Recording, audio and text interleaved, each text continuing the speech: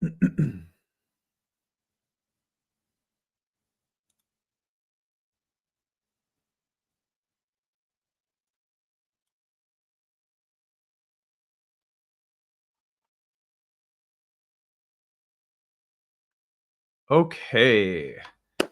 Welcome in, everybody. We're going to get started here in just a minute. The live stream is now, we're now live. So it would be really nice as we're just letting people join the session today if you all would, let's do a little roll call. Tell us where you're tuning in from. I love hearing the names of the cities, the countries, the states. I love it. Susan's from France. Mark from Portland. Monique from Los Angeles. Emily from Massachusetts. Oh my gosh. Susanna from Finland. Low frequencies coming in from Gothenburg, Sweden. I love this. This is so cool. From Tucson. This one's interesting. Olympia and Maine and Bali. Wow. Really cool. I'm always like, where do you all come from? I guess the algorithm just points people in the direction of astrology content. And then we have people from all over the world. It really just blows my mind. From England, Puget Sound in Olympia, Washington. Gemini James from London. From Aberdeenshire, Scotland. Love this. This is so great. Albuquerque. Awesome. Well, I'm very happy. We have about 250 people in. We're just a few minutes after 11. So I think we're going to go ahead and get started. I want to warmly welcome you to this awesome panel discussion that we're going to have today. Y'all watch the channel regularly. My name is Adam. This is Nightlight Astrology. Probably a lot of you have been made aware of this panel talk through my YouTube channel, through some of the advertising we've done, but maybe you're also coming in because you're a fan or follower of one of our guest astrologers today. If so, welcome to the channel. It's really nice to have you here. I hope that you will enjoy the content today. 5 years ago, in 2020, I think it was January, we held a panel talk on the upcoming conjunction of Saturn and Pluto in the sign of Capricorn. And all of the astrologers here today, in addition to one new voice, Catherine Urban, who's new to the panel, was here in 2020 to discuss that historic outer planetary alignment. And I recently connected with Jason Holley, and it was like, hey, what if we got that group back together and did something again? And I was like, that is a great idea. I love that.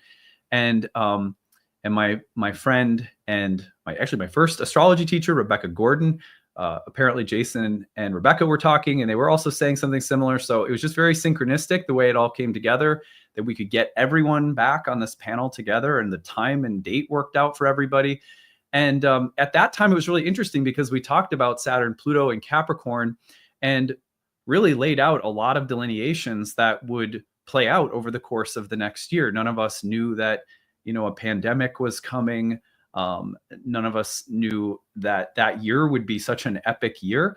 But when I look back at that Saturn-Pluto panel talk, we were all talking so on an archetypal level, we were outlining some of the major themes that we would all experience that year. And it ended up being one of the more remarkable moments of like a collective astrology reading that I've ever witnessed or been a part of, where a whole group of astrologers came together and kind of talked about this historical event. And you could go back and watch that and kind of reflect on 2020. And it was really cool how accurate everyone was without even necessarily knowing specifically what was to come. So that being said, I will say at the outset, I think we are all hoping that in this breakdown of Saturn and Neptune, we will not be entering into something as dramatic as the COVID year. But nonetheless, it's a really important and I think really meaningful transit of Saturn and Neptune coming up here in the next year. 5 years later, halfway into the decade, to bring the same group back to discuss the archetypal significance of an astrological event like this. I think it's just really special. And I can't wait for you to, if you haven't heard or met these astrologers before, you're in for a treat, because these are some of, in my humble opinion, some of the best and brightest people in the field. There are many, but this is certainly a collection of some of our, I think, most beloved and treasured voices in the field of astrology right now. So it's also just a real honor for me to get to host everyone today. The way that this is going to work is I'm going to bring everyone in. We're going to outline for you the transit of Saturn and Neptune, give you a feel for what the timeline of it looks like. And then I'm going to facilitate a discussion where you get to hear what all of these great astrologers think about this transit, what to watch for, what we might expect, both personally, collectively, historically. So I think this will be a really unique opportunity to reflect on this aspect that's coming up. So at the end of today's discussion, I'm also going to give you more information about each of these astrologers, the kind of work they're doing, how you can get in touch with them. So please do stick around at the end, or if you have to leave early, you can come back and watch the tail end to find their contact information. You're like, man, I just really love how Sam did something, or Becca or Catherine, really, I really resonated with their work. I want to follow them. Be sure that you stick around for that portion, or come back to it if you have to leave early, because I'll tell you how you can stay in touch with all of them. So I also decided, like last time, I introduced every single panelist, read all of their bios, everything. It took like half an hour. So I'm like, you know what? I'm just going to tell you all who's here, and I'll give you a chance to get to know them a little bit more at the end. Most of them, I'm sure you already know, because they're just awesome, prolific, cool people and great astrologers. But anyway, so on that note, I can see we're up to about 330 people or so here on the live stream. So I'm going to go ahead and bring everyone in. We're going to look like the Brady Bunch here. There's 9 of us total. Hey, everyone. Hello. Hello. Yeah, it's so good to be back. I feel like, who knew? I mean, it's just funny because it's like astrologers, we have an idea on an archetypal level or a thematic level what's coming with some of these transits, but we're all still very surprised, and it's always novel and interesting to see how they actually play out. That was certainly the feeling I had in hindsight, looking back at our 2020 panel. Any thoughts about that? I'd love to hear what you guys think about that in hindsight. Anyone just jump in.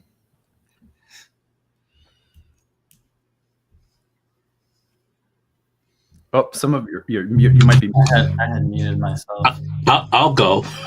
I mean, I didn't get to review it, but I remember some of the thoughts, and we knew it was going to be heavy. We just didn't know how heavy it was going to be, and how world shaping and changing it would be. I think, maybe we learned to hedge our bets a bit rather than just go full throttle. I think that kind of becomes the conditioning of the astrologer, and I think we may do some of that today. I'm not going to go, I'm not going to go for, all the big sweeping changes, but we know when Saturn gets involved, along with Pluto, with any of the outer planets, that, stuff is going to go down. Mm-hmm. It's going to be a matter of scale and how. Yeah. Well said. That was what I was going to say too. I felt like I did think it was going to be very heavy, but I felt myself and others were just trying not to get too hyperbolic and too extreme, but it ended up being even more extreme than I was expecting. That being said, yeah. No, I kind of went full tilt. I released a survival guide on this. Yeah, I definitely kind of called it in. My only regret is that I kept focusing on the word imprisonment. I kept saying it's about people being imprisoned in the homes. I didn't think that extra step of quarantine is the word you should use. But I kind of swung for the fences a bit on that one, and it happened to work out. I too still have that conditioning to moderate, what you say. But I think when Pluto comes, in the chat, it's going to be global. It's going to be extreme. Yeah, I actually remember using the phrase "totally fucked." So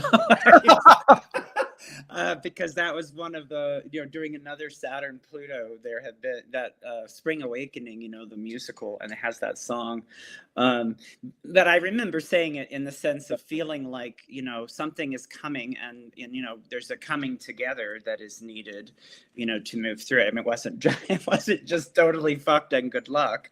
But I do remember that energy and the willingness to really say, as we need to be willing with Saturn to say, when this is, there's difficulty, there's something to be faced, there's something to be experienced, which I think will be alive today as well.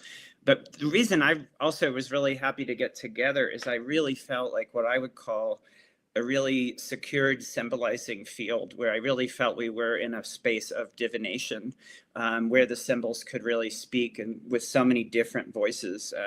That was my favorite panel that I've ever participated in astrology, in terms of how much meaning I felt was actually present. And maybe also that transit brought it out in us, the portent of it.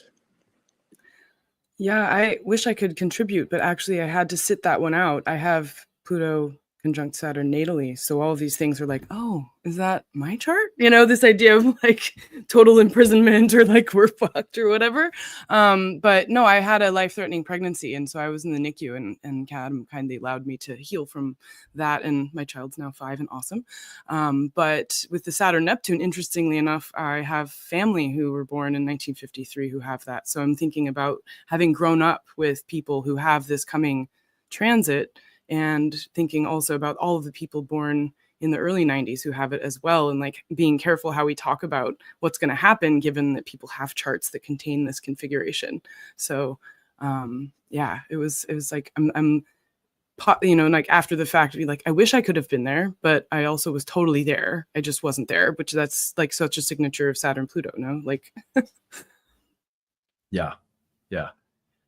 Gosh, yeah, that was wild. We ended up moving during in August of 2020 to Minneapolis, and of course, Minneapolis played host to the George Floyd murder, and as a city, was like right in the collective spotlight.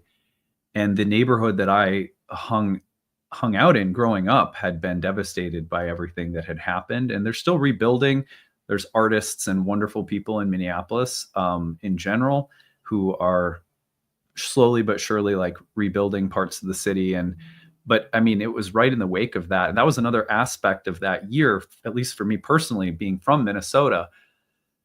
And I can't remember, maybe it was Sam or someone else on the panel who also talked about race relations with the Saturn-Pluto dynamic. And that certainly played another role in the 2020 Saturn-Pluto experience.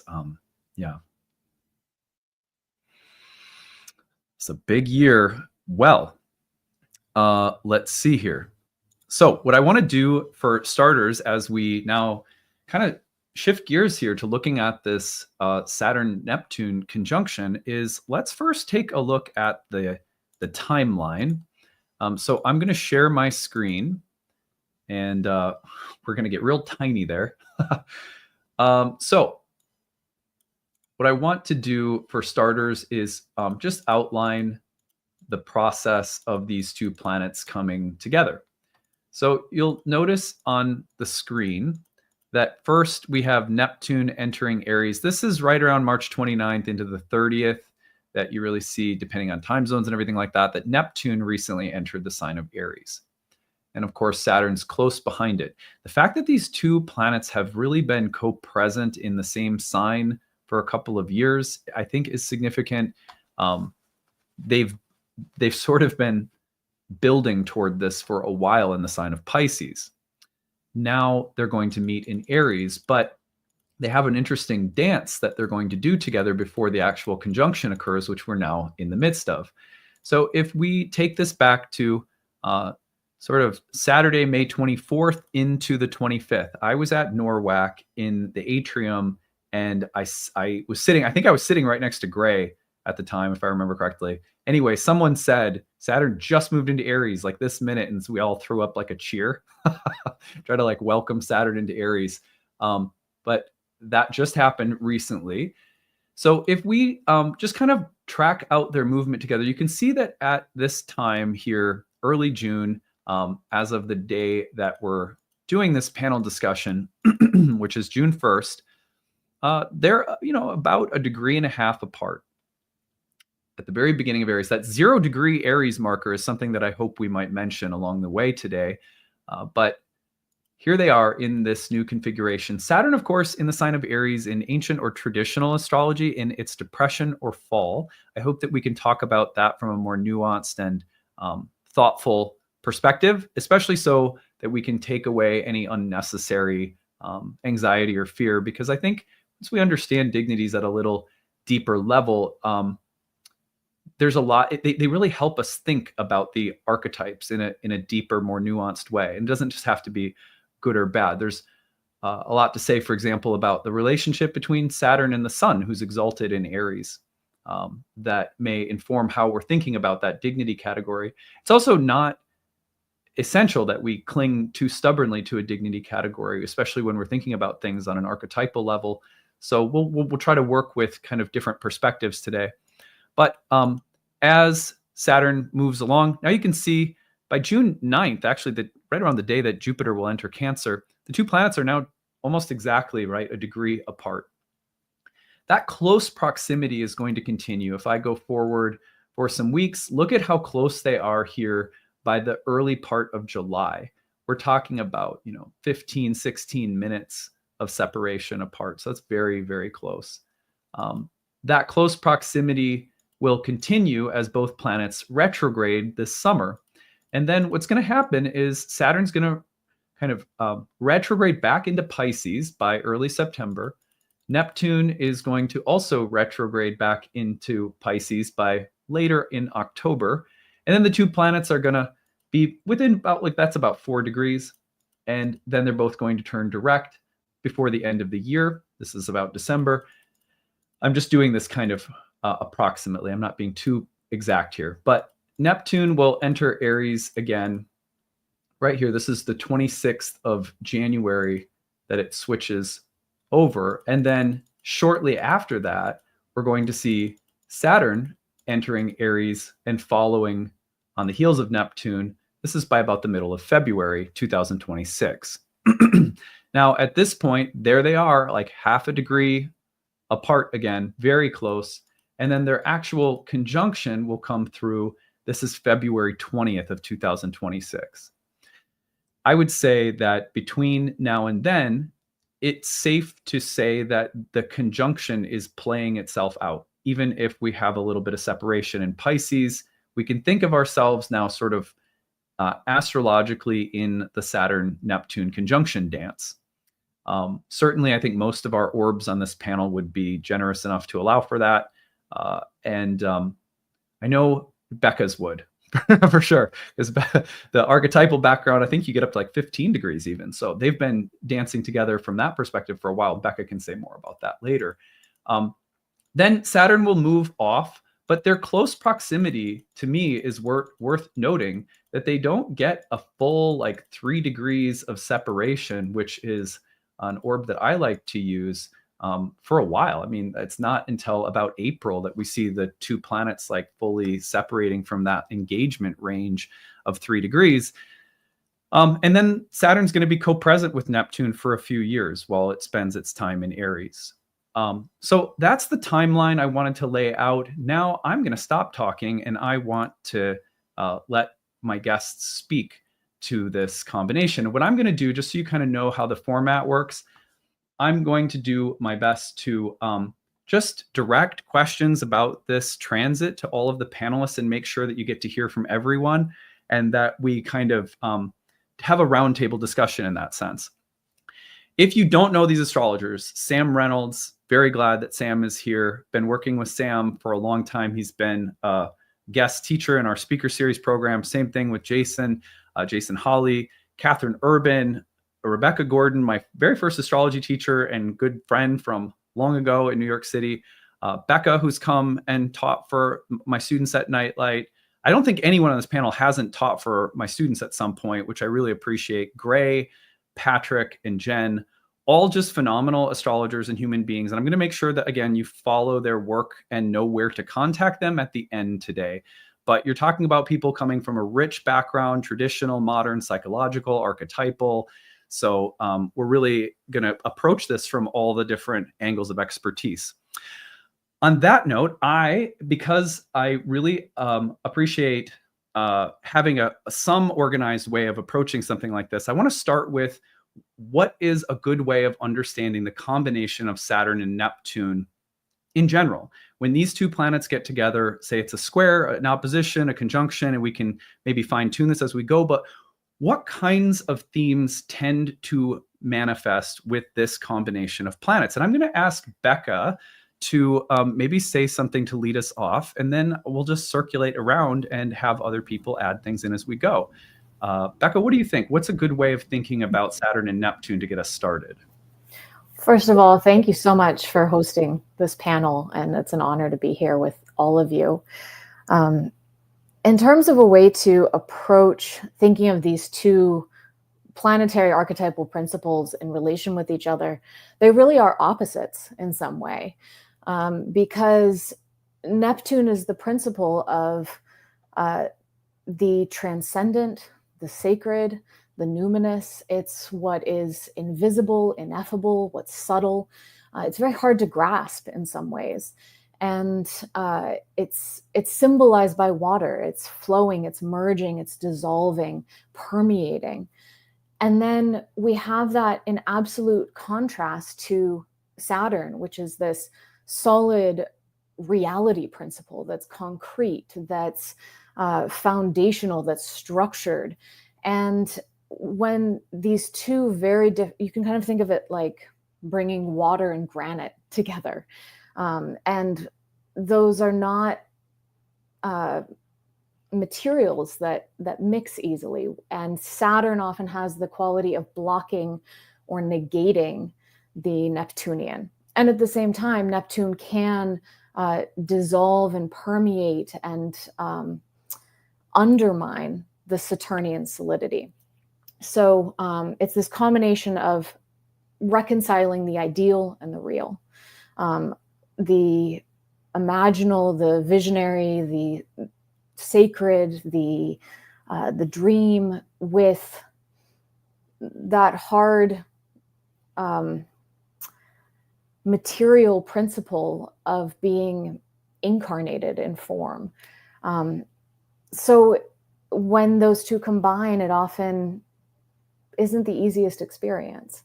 There are great gifts, there are great blessings to it, but I think in the world transits, what we often see collectively are tendencies towards melancholy and depression and malaise and sadness and grief and anxiety, often non-specific anxiety. You can't tell where it's coming from.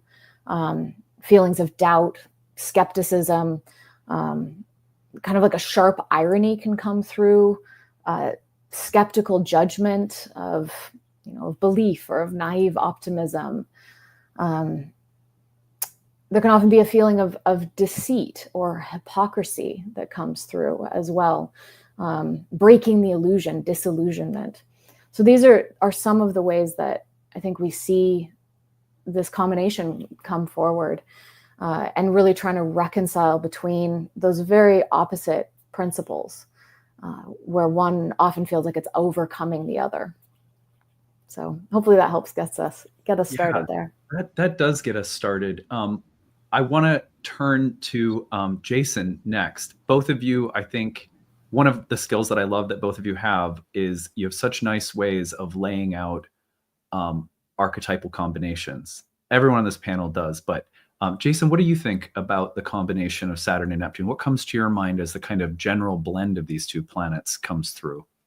Yeah, I mean, I always like starting with Becca too, because it does kind of just activate it for me in my own body. And as she was saying, for me, there is a way that, Neptune is of all the planetary archetypes, to me, the most expansive in its vision, the most, capacity to really experience wholeness, or the wholeness of things, and the larger perspectives, the notion of unity consciousness, for instance, whereas Saturn has a job of developing the experience of separation and of really building the structures that can operationalize that, and has an implementation, a very strong implementation interest, which is not at all inherent to Neptunian process, right? Like Neptune is just so much of the image, the dream, the possibility, the potentiality, and Saturn has so much of the actuality, the limits of form. How are we going to do this? And so when they are in the same situations together, I think that there's frequently in conjunctions a power struggle that goes on about who shall lead in this fusion, and a kind of a working it out. Maybe, you know, it's like a lot of times, like in experiential work with stelliums and conjunctions, you kind of have to comb out the planets and let them feel like, what am I about when I'm over here? What is this one about? But the fusion really, it's difficult. And so, for instance, a lot of times in my experience with this, Neptune will have an inspiration or a vision, but, you know, Saturn with outer planets is tricky because outer planets, you know, they don't, I think many of us use traditional rulerships. I do. I see them as having some affinities with the signs. But if we think about the metaphor of they are not domiciled, right? They are not domicilable. And Saturn is always building building houses. And so Saturn's attempt to sort of domicile Neptune, or, you know, sort of bring it into a structure, often means these ideological programs, whether collectively or individually, where you get the inspiration and then you're like, now I'm going to turn it into an agenda. It's like image to agenda. And in Aries, you could imagine, you know, I'm not supposed to talk about Aries yet, but you can imagine a sort of a fight for the agenda. But at any rate, with the Saturn-Neptune, I think that's one of the biggest things. And then there's the disillusionment, because of course you can't operationalize utopian notions, right? There's a transientness to the, we can't stabilize outer planet energy in human consciousness for any significant amount of time. It will always be, it's not stabilizable in human, we can have experiences with it. But Saturn, of course, has a strong stabilization urge. So that's some of the tension that I feel in it. And as always with tension, they can work creatively, you know, but to try to operationalize Neptune is, I think, the trickiest moment. And maybe it's got more to do with infusing Saturnian projects with Neptunian inspirations. But unfortunately, it often becomes programmatization. Yeah, that's yeah, it is like someone in the comments was saying it's a bit like oil and water. Like they have this funny. One question that I have, I'm going to just keep it rolling here. I'm going to direct this one towards Sam. Sam, do you feel that there is any? We're talking about these planets as almost like opposites, like the oil and water image, that they don't mix. Is there any way that you think that they can or do or will mix that might be easier than we're imagining? Just kind of flipping it in the opposite direction. Does anything like that come to your mind? Yeah, mythologically, I mean, they're both titans in a sense. So there's a relatability, I think, that they have with each other. And I think by virtue of their antiquity, their ancient quality, you know, dealing with the quality of earth and water, right? There's a way in which they can fuse. And I think Saturn can help Neptune because Saturn forms the formless. You know, it F's the ineffable, or will try to. So I think there is a way that it can have, and I think someone is saying it, Cosmic Rose, a container. Saturn can help form a container for all the different ways in which the liquidity of Neptune evidences itself in dreams and aspirations and ideals, and help kind of come to shape them. Yeah, absolutely. I'm going to pass it around. Let's see what some of the rest of the folks here. Catherine, what do you think about Saturn and Neptune? What comes to your mind about this combination? Oh, you're muted.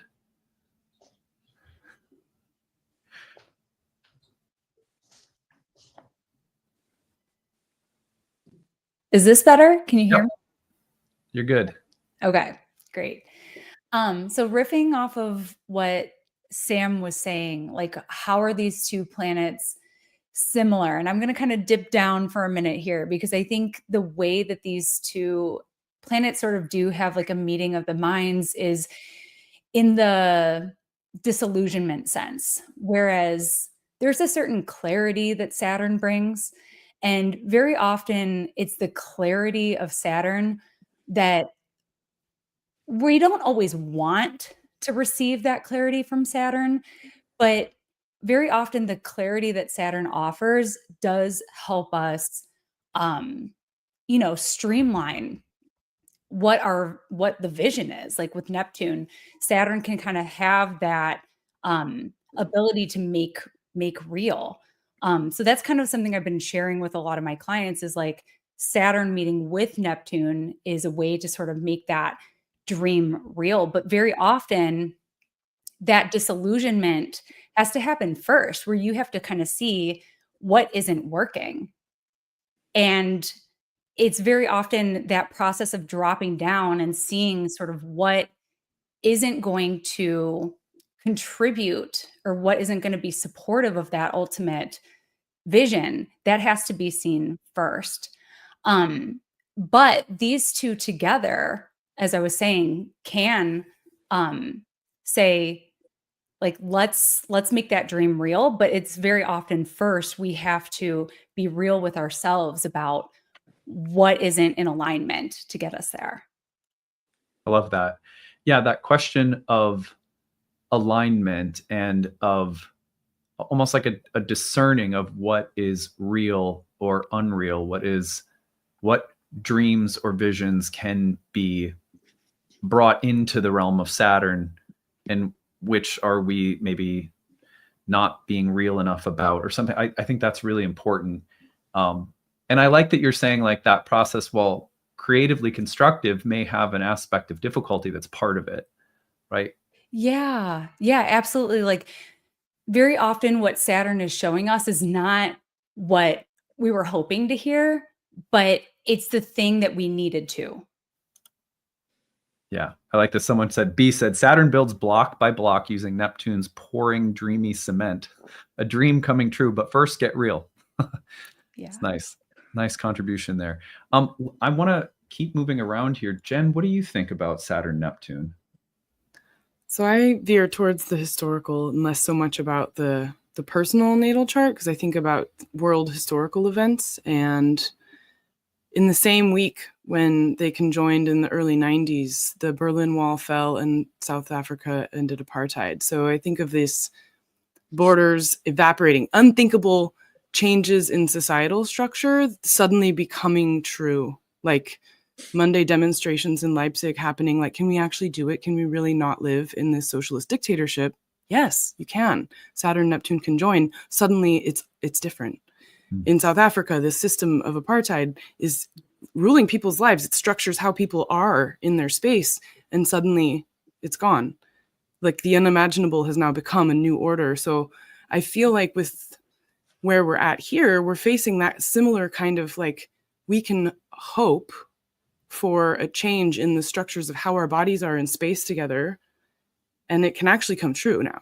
Like, that to me is a really cool concept for where we might be putting our attention in this conversation, but also people listening to the recording of this, and leaning into the idea that, like, how do we want our bodies to be in space together? We can actually do it differently in a really structural way in society. So I always take it to that macro level. And then as a fun fact, our astrological colleague Nick Campion was born in 1953 with the Saturn-Neptune conjunction in his chart, and his book of world horoscopes that informs a lot of our mundane astrology was published a year before they conjoined again in Capricorn. So I just want to anchor that. I'm always all about the lineage and trying to anchor us in our source texts, as well as our colleagues who have these placements that can help us understand, hey, if we're thinking about what's going to happen when Saturn conjoins Neptune, literally the person that has given us the book of all of the charts has it in his own natal chart. So that's where I kind of go with these things.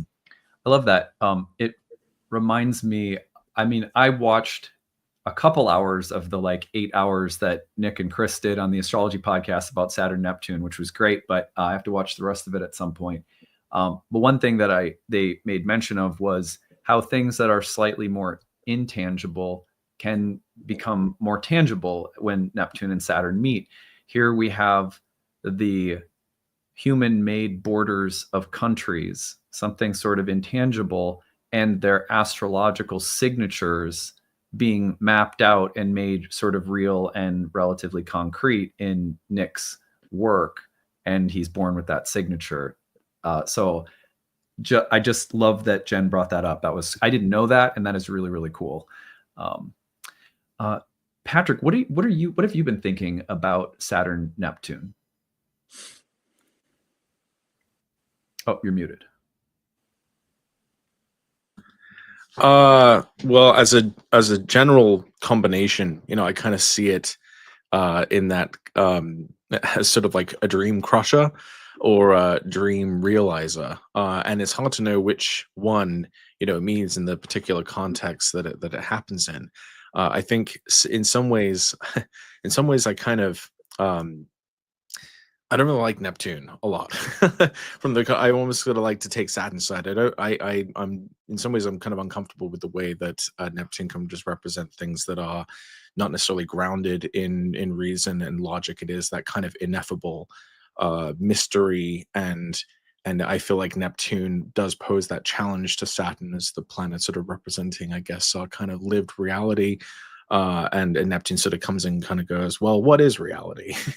But there is something really great, though, I think, that can happen, because even though Saturn-Neptune can represent sort of crisis of faith and mourning the loss of old orders, sometimes it's good when borders can be redrawn, and sometimes it is good when you can imagine a new world and bring it about. So I think there's something to be said for not getting too attached to the borders and rules and strictures that Saturn has set up. There is sort of an opportunity to remake it, but it does require going through that kind of dark night of the soul type experience, which is unpleasant. Yeah, absolutely. Yeah, I mean, one of the things that I've been thinking about, going back to Becca, who mentioned melancholy, and there's that part of Saturn making something maybe intangible or ineffable more concrete or something like that. But then the other thing is that I think about is that Saturn was a planet in ancient astrology when ancient astrologers were linking conditions of temperament to planets, that the melancholic temperament was associated with Saturn. And when Saturn and Neptune get together, sometimes I've used the phrase like divine discontent. There's some feeling that nothing in this world is satisfactory, and it's like a longing for something more than what this world can provide. And it's so funny to me how that I feel like I was reading the biography of Jerry Garcia recently, and he described that fueling his creativity. But you can imagine, and I know this has been the case for me at different times in my life, and it's the exact same quality that can fuel depression, anxiety, isolating ourselves from others. So it's just a fine line between how we experience that Saturn-Neptune dimension, and does it get channeled in a creative direction, or does it become, because melancholics historically were also associated with very creative spirits too, right? So it's just fascinating to think about that. And also it comes to my mind as I'm listening to you guys speak is the really strange fact that when Neptune was first discovered, it was discovered in a conjunction with Saturn. It's almost as though, and I'm not the first person to say this, but it's almost as though the two needed to be together for us to see Neptune or something like that. I've heard people say that. I resonate with that a lot. I want to shift gears to Rebecca. What do you think about this? How have you been approaching this in your work, or how have you been thinking about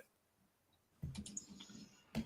Well, first of all, again, I want to just thank you, Adam, for bringing us together here. And the imagery that keeps coming to mind is that famous Dali painting of the melting clocks. I mean, literally Saturn time melting with Neptune. So I think with my clients and everything, it's clear that there is an old template of reality that is melting. There's something that's not working. There's a previous structure that is being dissolved, and people are feeling that. There's a lot of fear around that. I think we have to speak into that with our clients often and just mirror that back and let them know and let everyone know that they're not alone in those feelings of the previous delineation, also of self. I mean, if we talk about, if we want to move into Aries, this delineation of self, of who am I, and the construct of self is dissolving. So I think it's a bit scary. It brings up fear for sure when Neptune does its thing to Saturn, and then when Saturn does its thing to Neptune, I've seen that very often in my clients too. People are in this place of vision and building a new business and all of this work to find out that somebody else has that domain name. Saturn kicks in, and somebody else has it trademarked. And so there's a lot of real harsh Saturn realities that come into the vision of Neptune. And to me, an antidote is to really always be letting them live together in the same soup. Like, don't do Neptune without inviting Saturn to the party, because Saturn will then kick us in the ass, or don't do Neptune without inviting Saturn. Don't do Saturn without inviting Neptune.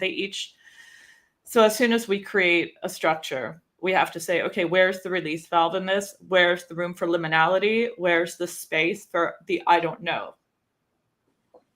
I don't think we can be building now with Saturn Neptune without those liminal spaces and questioning and having a healthy degree of curiosity. And then again, I don't think we can be dreaming without having a sense of, do we have all the ducks in a row? Mm-hmm. Love that. Yeah. It's really interesting to me that I was reading something recently, and it was talking about how it was a Buddhist teacher, and it was just, I don't even remember. I think it was a clip that I heard from a talk somewhere, and he was talking about how one of the things that some people coming from the West have trouble with when they first encounter Buddhist teachings is the positivistic way that we tend to interpret history and pain and suffering. Well, it all has a hidden meaning. You just can't see it yet. Well, it all has a teleology, a purpose. It's just bigger than we can understand, and you have to have faith in that. And so you're saying in Buddhism, there's a value to sort of letting go of the need for that positivistic interpretation and just sort of squaring up to pain and suffering and saying there needs to be no explanation for its existence. It just is. I can't help listening to Rebecca speak if that's part of that liminal space too, that allowing these two to coexist. And so for some, I know for myself at different points in my life, the not being able to say that suffering ultimately has this hidden purpose, that there's a redemptive storyline, is like a conceptual refuge. And taking that away for me would have been very depressing, right? So it's interesting how a combination like this could temporarily take away that sense of redemptive meaning and purpose behind all of reality. People experience crises of faith sometimes with Saturn and Neptune. And yet, one of the things that I've noticed in my life and my client's life is if you sit with that long enough, something is still there. And then maybe we stand those crises of faith, the dark night of the soul. I think Patrick might have mentioned that phrase.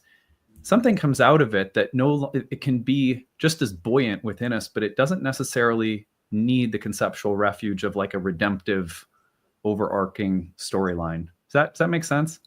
Yes. Yeah.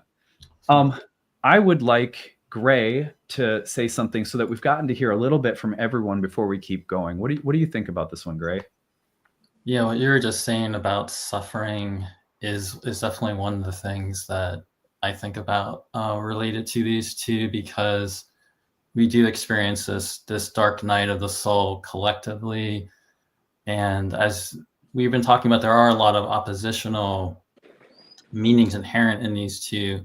There are some ways that they do go together in terms of being these two outermost planets. And as you mentioned, Saturn always being connected with melancholy, which also opens access to the imaginal, and the way Saturn really brings you down into things, but then can connect you up to the highest realms because it's closest to the divine.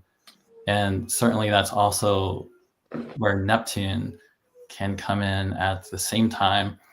But, you know, with that dark night of the soul, it really just brings up the feeling of uncertainty. I think is just really one of the things that becomes the thing that we have to really traverse during these time periods. But as far as you're just saying, facing that uncertainty, facing that suffering and difficulty, it also opens up faith, and it helps forge faith, and it helps open us up to the mystery, because both of these planets have so much to do with actual reality as well as deception. Saturn also traditionally goes with deception. And although everyone likes to talk about Neptune being illusion and Neptune being delusion, we can be completely delusionary with our Saturn. And we think we have this form of reality, and we think we have the way things are. And, you know, like seeing is believing in a way, whereas Neptune's making us realize everything that we don't perceive with that limited framework of reality we have. And so there can be these great awakenings and great revelations at the same time, while at the same time people are being swept up into things that are, you know, not there. But there's real epiphanies. There's so many instances of some of the most famous epiphanies or revelations in human history that have lined up exactly with these alignments. And there's something Joan Didion wrote once about, you know, we tell ourselves stories. We live to tell ourselves stories, but sometimes we start to question the premises of all of the stories we've been telling ourselves. And so that process just really, it just has to happen during these Saturn-Neptune times. And so it also, though, creates the opportunity to let go of the way things have been and connect more with what you truly want to create and do with your life.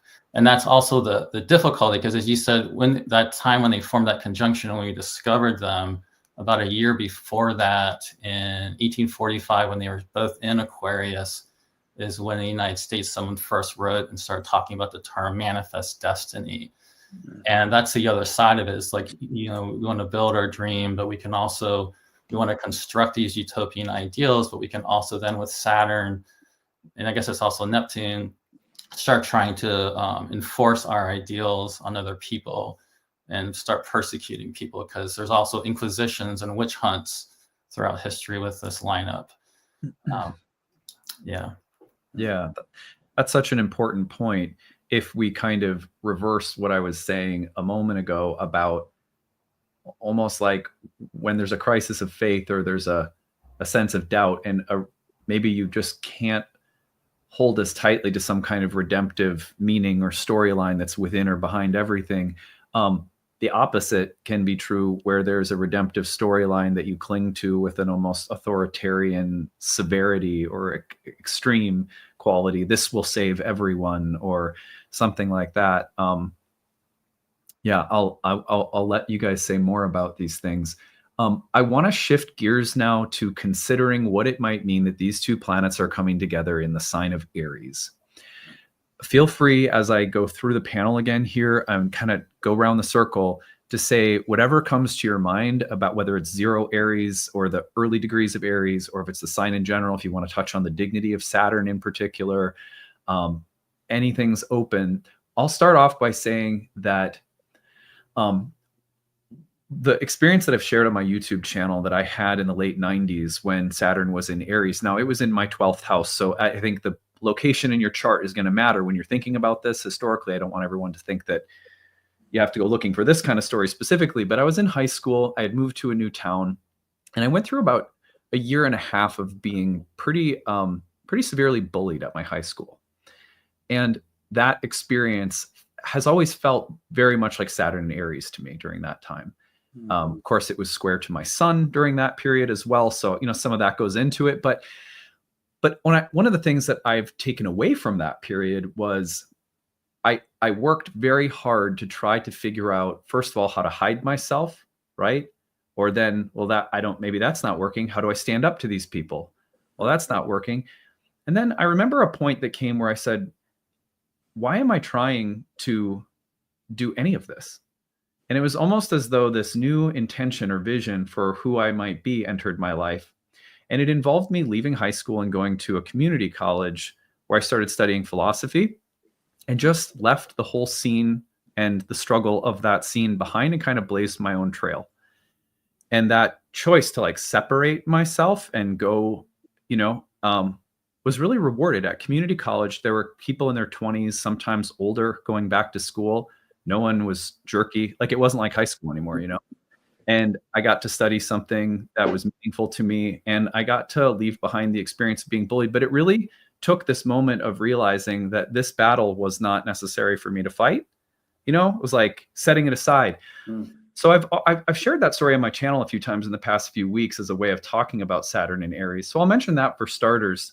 But I can't wait to hear what you all think about the combination of Saturn and Neptune in the sign of Aries and what the sign quality might bring to this experience of the next year. I'm going to start with Sam this time. What do you think, Sam? It's funny that you would start with me, because I'm pretty certain I'm the only person on this panel who's having a Saturn return with Saturn and Aries. Okay. I think I can say that. So I have thought a lot about, this is my second Saturn return, just to be clear. I have thought a lot about Saturn and Aries. And one of the things I can share, and this is why I was smiling so much during your story, Adam, Saturn and Aries is learning how to have the correct use of power, because Saturn and Aries is thinking more about might is right. It's looking at dimensions of authority and structure, Saturn, through the prism of Mars. And so what I always say about planets in their putative fall, because, in the traditional sense, and you mentioned that earlier, that we talk about things related to being in fall, I would say, rather than thinking like, oh, my Saturn, because I used to think that my Saturn is fucked up from the floor up, I guess. And it's not. I think it's just a Saturn that's called toward a different way of being. And that's how I think about fallen planets. I think about fallen planets as called to go along a different way, which you found by going to community college. But I also say that the Saturn in Aries has to remember, and I think this is true for every planet in fall, has to remember the graces of its exaltation. So rather than thinking that might is right, it has to build more of a consensual reality, as it does when it's in Libra, and thinking that power is to be shared, power is to be understood and worked on in terms of collaboration. And the more that one has that level of intention related to it, I think we have a better experience of Saturn and Aries. I definitely feel like I became a better teacher once I realized that, because, I used to work with, quote unquote, and I hate to use this term, but people know what I'm talking about, at-risk youth in the Bronx when I lived in New York. And I was one of those teachers with the Saturn and Aries. It's like, well, I have my degree. Like, if you want to fuck around and find out, go ahead. And that was the misapplication and misunderstanding of Saturn and Aries. But the more that I started talking with them and saying like, okay, what do you want to learn? And what are you willing to do in order to learn it in terms of creating the environment? The more that I started thinking about collaboratively, rather than like, okay, if you want to act up today, then, I'm either going to kick you out or, ignore you. I started thinking about, well, you said you wanted to learn this and that you were willing to behave this particular way. I had a whole better experience, and so did they. They actually became much more collaborative related to their learning. So I learned something related to my Saturn and Aries, which is not, might makes right, or that one can rely on titular power. It's more so understanding that real sense of connection. So that's how I would think about the Saturn and Aries. I love that. Catherine, what are you thinking about when it comes to combining these two planets in the sign of Aries? Oh my gosh, so much. The thing that comes to mind most immediately in my mind, I'm going to kind of veer off a little bit here, is that like I think about the ideals of punk rock. I think of Aries as being a sign that's very like against the grain, contrarian, like provocative. And as I've contemplated a lot in the last year, what it means for Neptune to be in Aries and just like what the collective allure and infatuation is, I see like the punk ideals of DIY, going against the grain, just like anti-system, anti-control, those things becoming more attractive to people as we think about the divine discontent of the Saturn-Neptune conjunction occurring, and a lot of what we envisioned for ourselves sort of eroding away. Like I know there's a lot of millennial grief out there around having to sort of re-envision the lives we envisioned for ourselves and the things that we thought we would have at this point in our lives, and having to mourn that. And what Aries offers is the liberation. What you guys are all saying is like, no, we don't have to follow that same path. We don't have to follow that rule book, because in fact, the rules don't apply anymore. In fact, this rule book is useless to us. So I think there's something really liberating about authenticity and experimentation. So that's really what's on the top of my mind right now, is like, okay, if this isn't working, if the system isn't working for you, it's time to get creative. It's time to DIY. I love that, Catherine. It reminds me of something that always stuck with me in a Liz Green text I read years ago. And I can't remember which one it was. I've read so many of her books. I'm sure you all have too. But she said one of the things people always think about Aries in terms of sort of muscular themes, you know, like Sporty Spice or jockey, whatever, like, you know, the people who play sports or, but she said one of the most underestimated qualities of this sign is its inventiveness. It can be this brilliant sign of innovation, and innovation is closely tied, she said, to rebellion, like meaningful flourishings of creative activity will have a way of naturally pressing against established forms, traditions, authorities. And so the clash with authority that's very common in the sign of Aries has to do with the natural way in which new things often press against old. And she compared it to like the Senex and Puer and psychology and stuff like that. I always thought that was brilliant. So I just really appreciate you bringing out that particular angle. That's really nice. Yeah, my pleasure. I can just add with punk too. It came out the last time Neptune was in a fire sign, like right when it came in, early 70s. And there was Saturn right there, a Saturn-Neptune opposition. So I'm even thinking, to me, I'm thinking about some of the bands that I was into in the late 90s, like Blink-182 was one of them. They kind of just came up in my head while you were talking. But yeah, I love that connection. That's really great. Well, that was another Saturn-Neptune one. Was it? Okay. Yeah. That would have been the square then. Something like that. Let's see here. 89. Yeah, that was 89. They came out of 1989.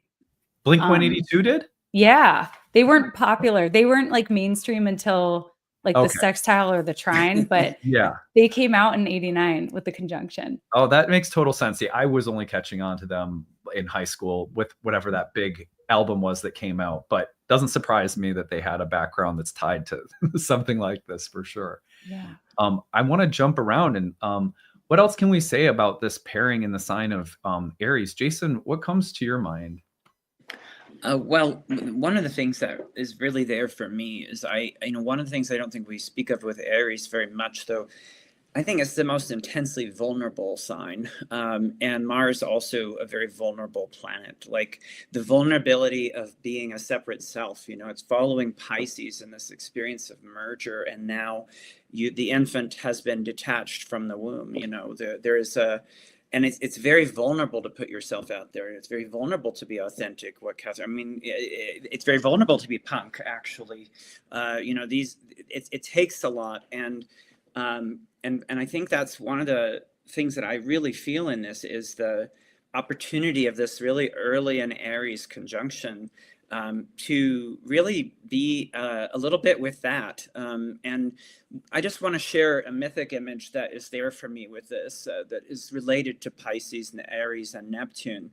From the Odyssey. And, the Odyssey is a great study to understand Neptune, right? Poseidon is the one who keeps him at sea. Every story in the Odyssey can speak to Neptunian process, the sirens, the sorceresses, all of these different moments. And, Odysseus has a mercurial quality for sure, but also a Saturnian quality, especially at this point in his life. And he is he's a veteran, right? He is a Saturn and Aries, right? He's a veteran. He's on his way back from a war, and a war, by the way, that everybody at the end is like, what have we done? We've destroyed everything, right? The Iliad, the first word of the Iliad is rage.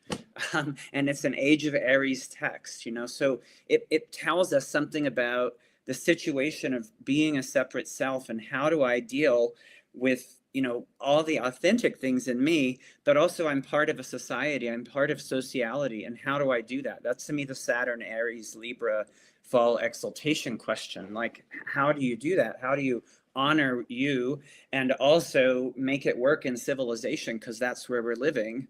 And so the story that comes to mind is when Odysseus, this is 13 years into being away from home, and he crashes onto Calypso's island. And this guy's always crashing onto islands, and I love the way it's described, because he's covered in like crust from the ocean. It's very Saturnian imagery, like, he's all crusty and a mess, and he's on Calypso's island, right, where she's this goddess, this nymph, and then she keeps him there for 7 years. A Saturn, that should cue us to Saturn also.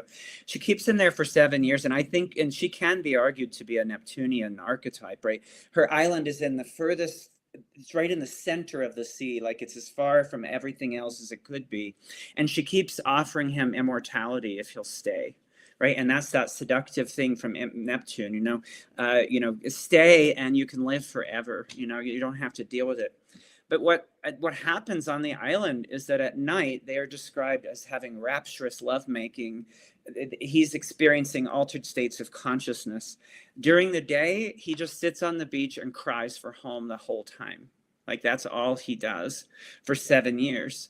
And, one of the ways that I think about that story often is this soldier who needs 7 years of like trauma therapy, 7 years of grieving and just fucking grieving. Like, that's enough. Like what you were saying earlier, it is enough to just be in our experience and to really experience the disillusionment. I mean, the Trojan War was a disaster.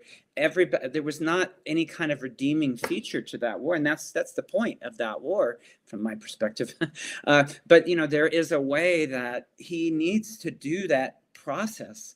And what an amazing thing to do at the beginning of Aries, like to actually begin in that, like that's going to really change Saturn's movement through the sign, is to have that initiation, right? To really be in that experience. And again, not to turn it into like, now I know, and now I'm going to do the thing.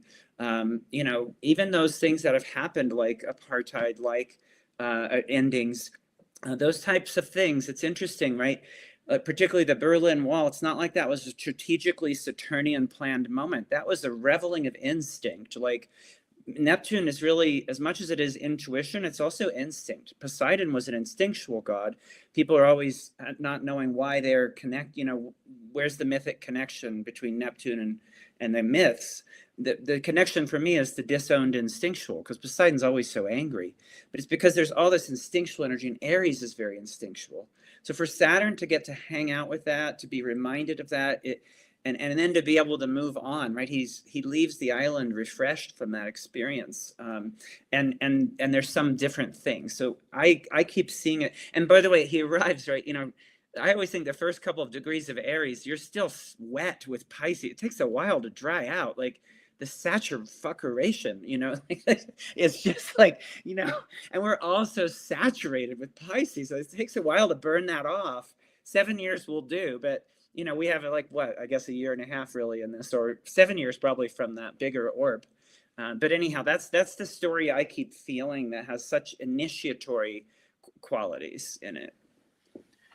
Jason, I love that. It makes me think a little bit about, I don't remember which group of people this was, but I remember reading about this when I was really getting interested in different indigenous healing, and I use the word shamanic. It's a kind of a word that gets tossed around a lot. But when I was reading about these traditions, and I remember reading about one that initiated young boys by giving them a resemblant wound on their thigh that was supposed to sort of represent like a womb, and the bleeding of this wound like the thing that's very natural that the young women would experience in their menstruation cycle.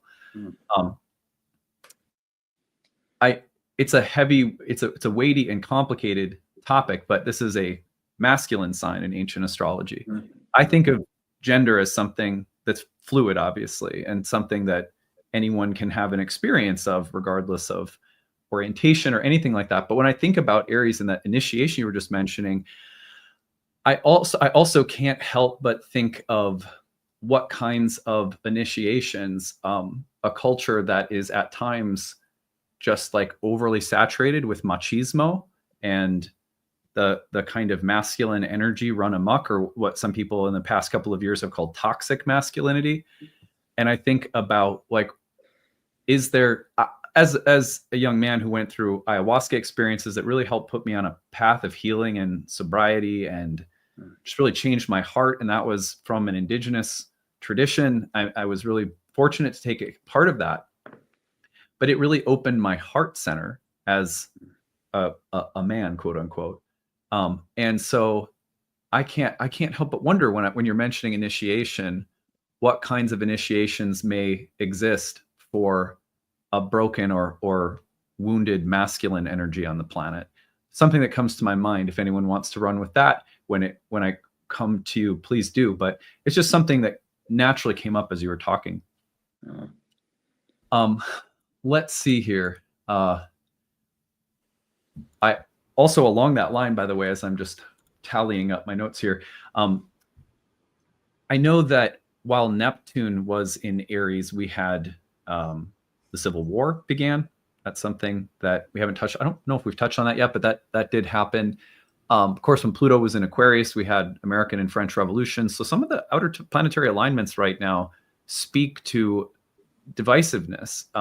Maybe we're not going to repeat massive wars, hopefully not, right? But at the very least, ideological divisions and battles taking place in new or different arenas are present. We can see and feel that. So I want to make sure we speak to some of those themes of like war and battle, and like, how does that play a role as well? So anyway, I'm just thinking out loud here. Becca, I'd love to scoot back over to you and hear your thoughts about these two planets meeting in the sign of Aries, and if there's anything that comes to your mind about that. Sure.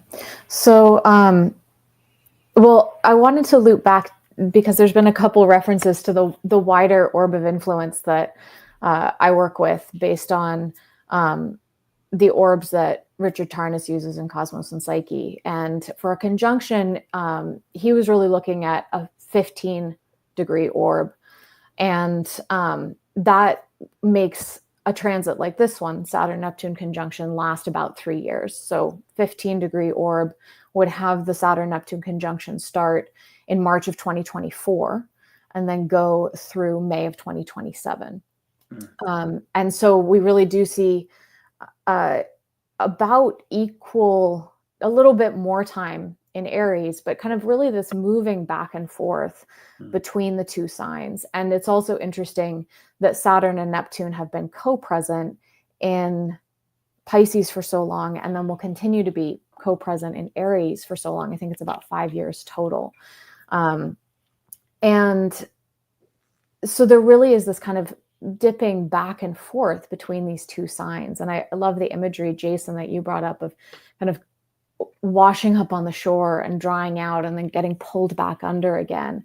And I think that overall Saturn Neptune can have that disorienting quality too, of where you can sometimes feel like you're drowning, and then you grab onto something, and something that feels solid, that feels real, and kind of come up for air to dry out, to find an orientation, to move forward, which I think the quality of Aries carries. Jason, you also mentioned initiation, like this kind of taking action, moving forward, and then getting pulled back in again. And Adam, when you brought up the relationship to war, so both world wars started under Saturn-Pluto hard alignments. And interestingly, they both ended under Saturn-Neptune hard alignments. And I think that speaks to some of the quality of demoralization and disillusionment that can come forward after a long period of suffering. And when we went through the COVID-19 pandemic that was so intense under the Saturn-Pluto conjunction, I kept thinking, there was such an impulse to get back to normal. Remember, we kept hearing that so much. Let's get back to normal, to kind of get out of what had been such a radical shift during that time. And the feeling I kept having looking forward to this Saturn-Neptune conjunction was, this is when the grieving is really going to come home for what's happened to us during the pandemic, but even in the years prior to that, there may be this collective grief coming forward that really needs to be felt, but also might break a lot of people. And that I think we are already seeing and will continue to see a lot of crises involving mental health, and that the battle in some ways has shifted inward. That's not to say that there isn't intense loss and destruction and warfare going on externally, but that's also taking place internally. And I think that's part of the reconciliation that we're being asked to do. And maybe while I'm talking about grieving, I was wondering about saving this for later, but I pulled a quote that I wanted to share today from one of my teachers, Joanna Macy, who's a Buddhist and eco-philosopher, and she's 96 now. She's born with a Saturn-Neptune trine. And so I think she's someone who really speaks to how to live this combination well. And so she said, we are capable of suffering with our world, and that is the true meaning of compassion. It enables us to recognize our profound interconnectedness with all beings. Don't ever apologize for crying for the trees burning in the Amazon or over the waters polluted from the mines in the Rockies. Don't apologize for the sorrow, grief, and rage you feel. It is a measure of your humanity and your maturity. It is a measure of your open heart. And as your heart breaks open, there will be room for the world to heal. That is what is happening as we see people honestly confronting the sorrows of our time. So I just wanted to share that as someone who was born with Saturn Neptune, but I think speaks to a lot of the themes that we're discussing here, regarding grief, sorrow, and rage as well. Yeah, that's really beautiful. And it makes me wonder, as you were speaking, Becca, I kept thinking about the strong air signatures that are present, with Pluto in Aquarius, Uranus moving into Gemini. Sometimes there's, I think a lot about some of the ancient elemental theory that pitted water and air as opposites. And one of the reasons for that is that air was sort of thought of as water, invisible water in the sky that will occasionally condense and then fall down to Earth. And it's my experience personally that I see myself sometimes using my phone and technology and getting so absorbed in these realms of the mind that are very stimulating, but sometimes really depleting and exhausting. and then I'll crash, and that air will crash down into my body as emotions that I've been avoiding through my phone for 3 days. You know what I mean?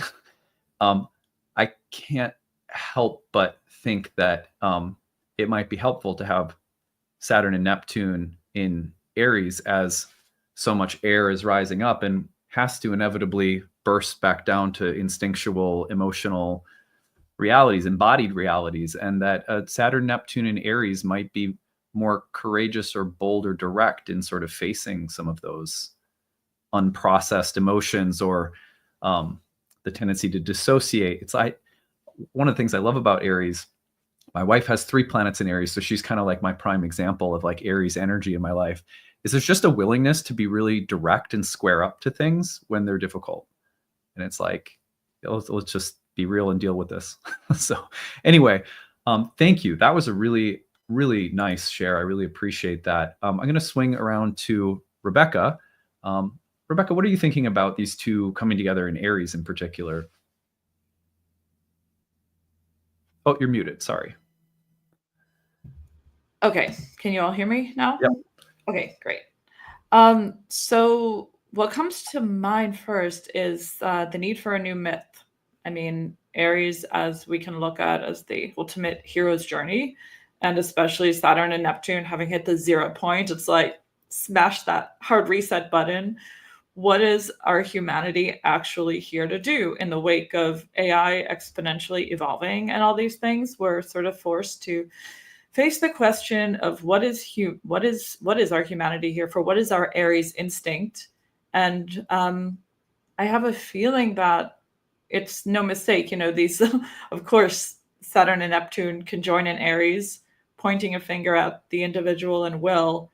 At the same time, we're faced with this technology that seems to be replicating in many ways parts of it. And I think it's interesting to look at these two tracks happening, because we are carving out and delineating what is the value of our human instinct and our will right now, and creating a new myth. I think that's the big question.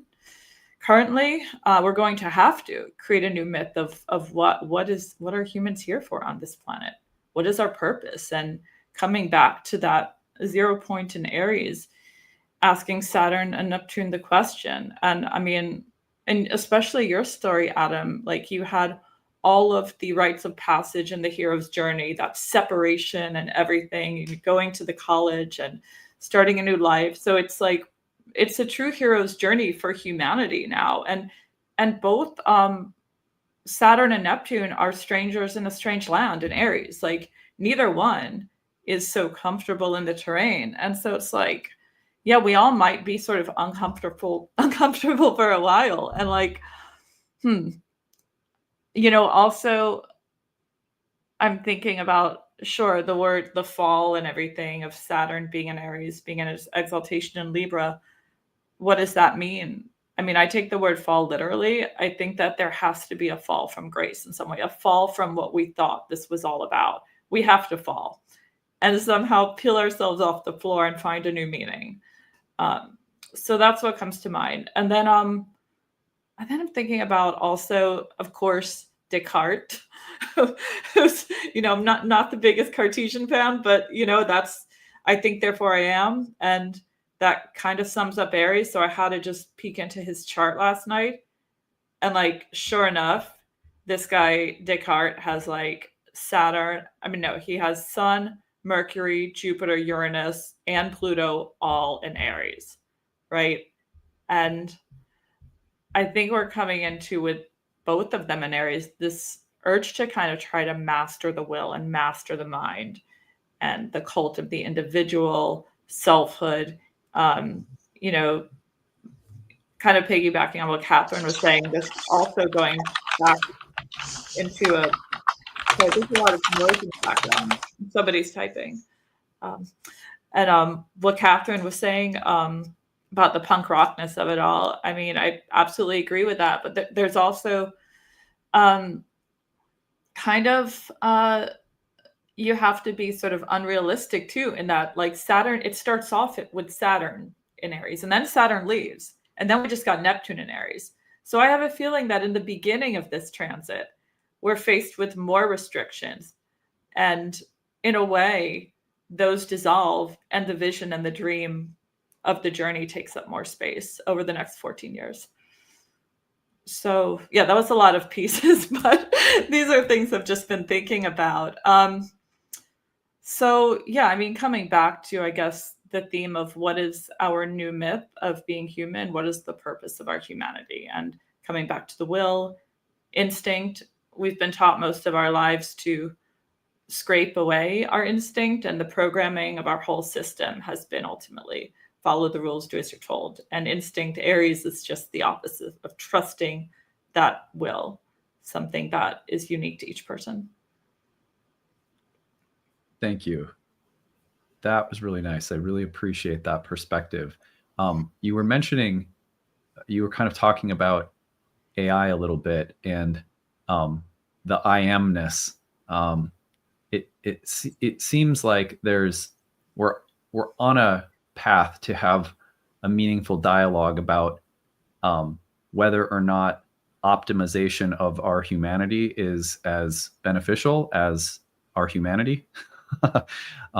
That feels like very Pluto and Aquarius in the background. So to me, it feels a little reassuring that we have a sign that's like, I exist, and therefore that's good enough. I feel like Aries kind of holds that torch of like, I am, and doesn't need to be anything more complicated than that. Maybe I'm being overly optimistic about what Aries can provide in the midst of such a huge push to optimize everything about our humanity. And Pluto and Aquarius, I don't also mean to underestimate the positive potential, right, of what Pluto and Aquarius can do for us, like French and American revolutions, you know, maybe democracy, instead of like, probably a lot of us would say that was a pretty good development in a lot of ways, right? So it's just interesting to think about what a double-edged sword progress can be when also trying to just accept and like love our own humanity.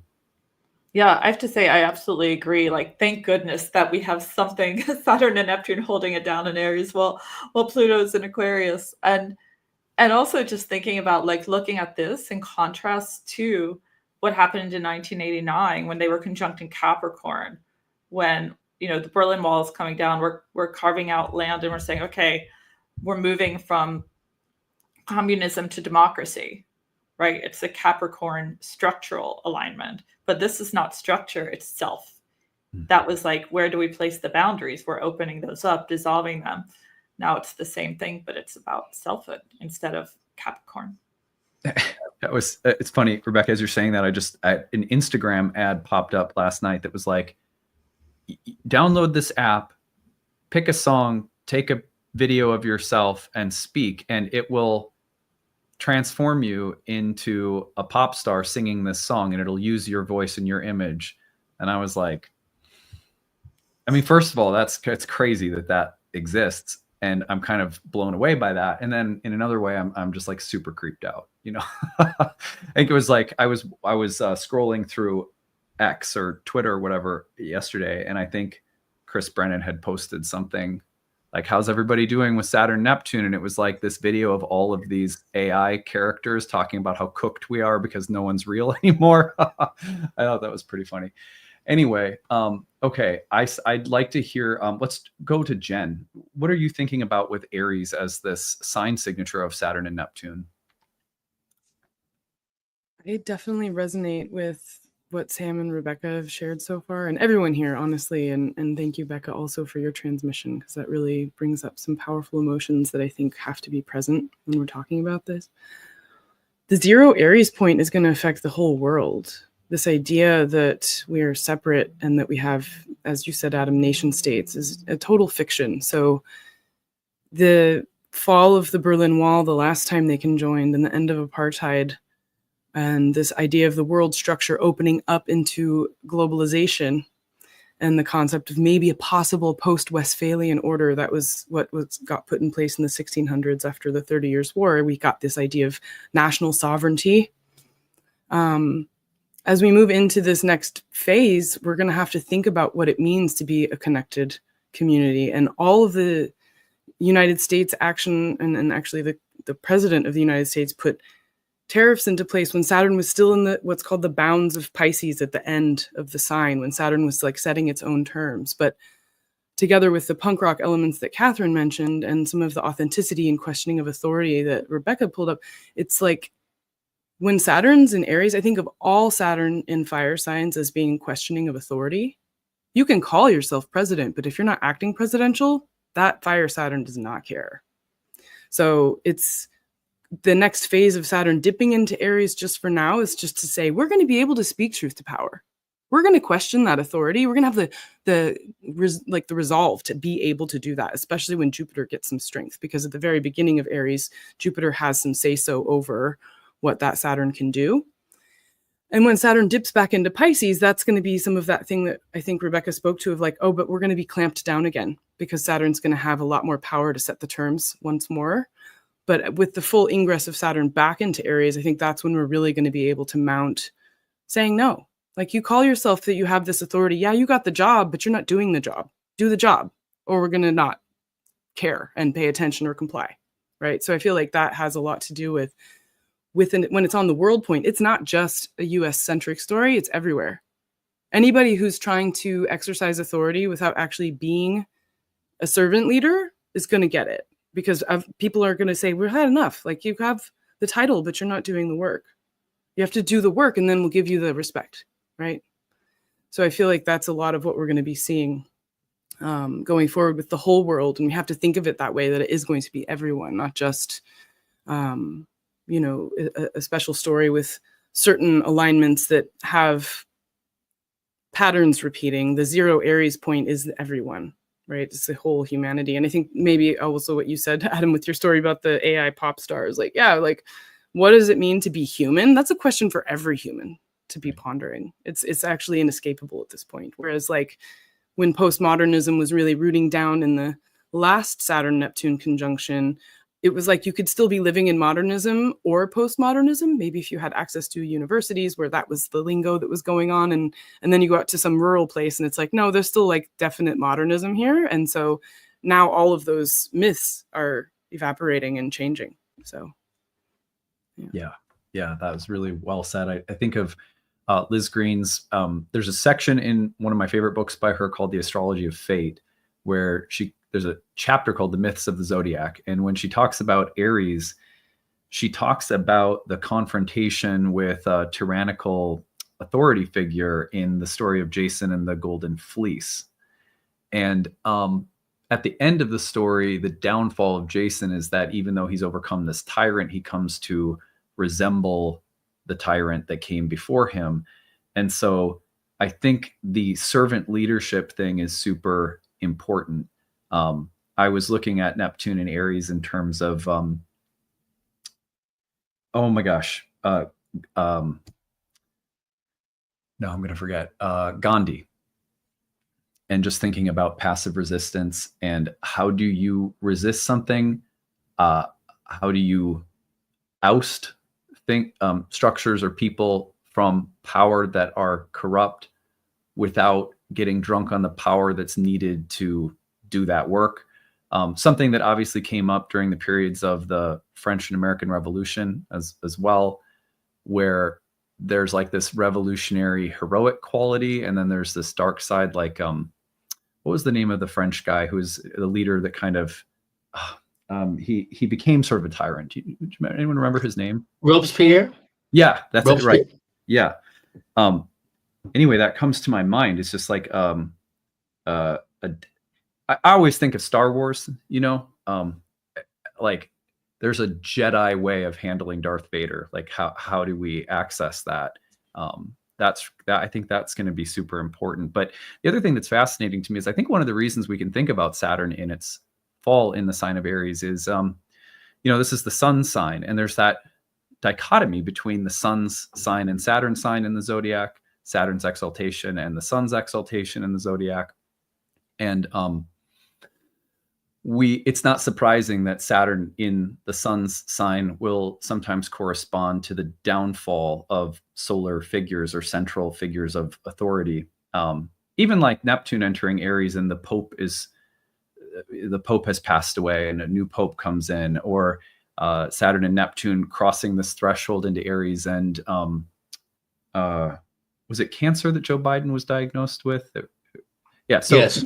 like that, like those transitions of who are our leaders, or the weakening or downfall of certain like leaders or central figures or central structures of authority, strikes me as like a super Saturn, Neptune, and Aries kind of subplot.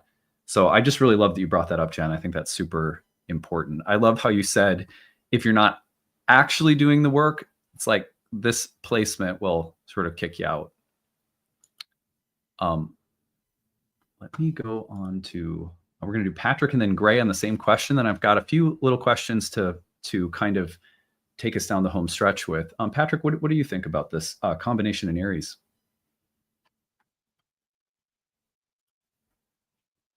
Hope you're muted.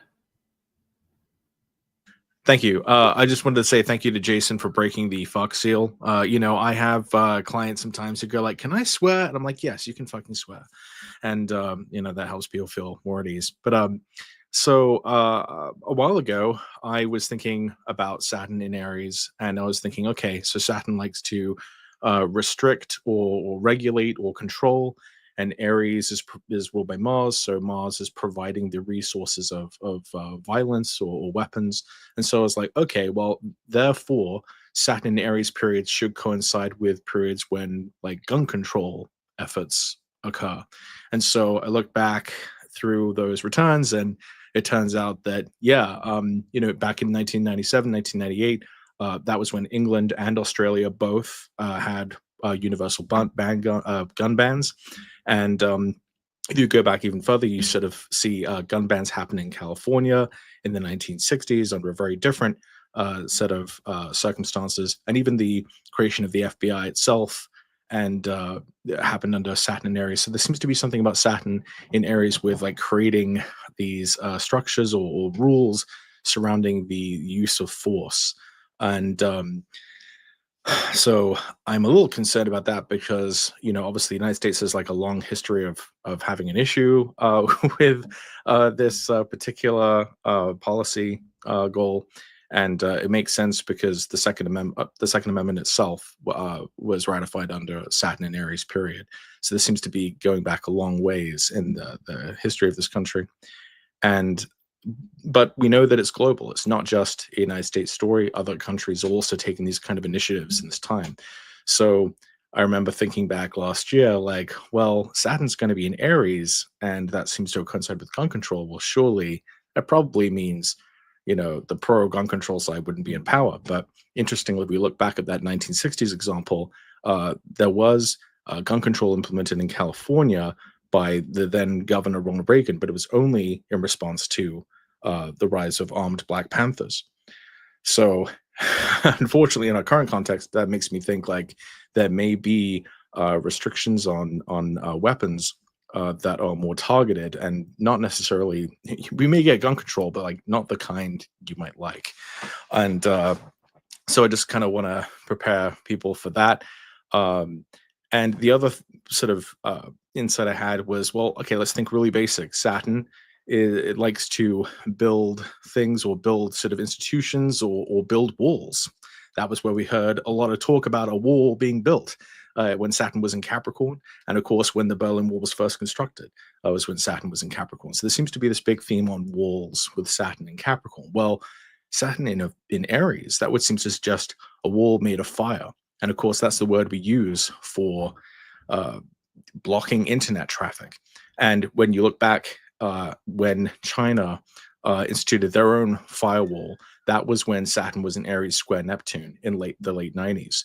And so one of the things I'm sort of expecting we'll probably see a Saturn and Neptune moving close together is probably the erection of a global firewall of some sort, because Neptune tends to globalize and distribute.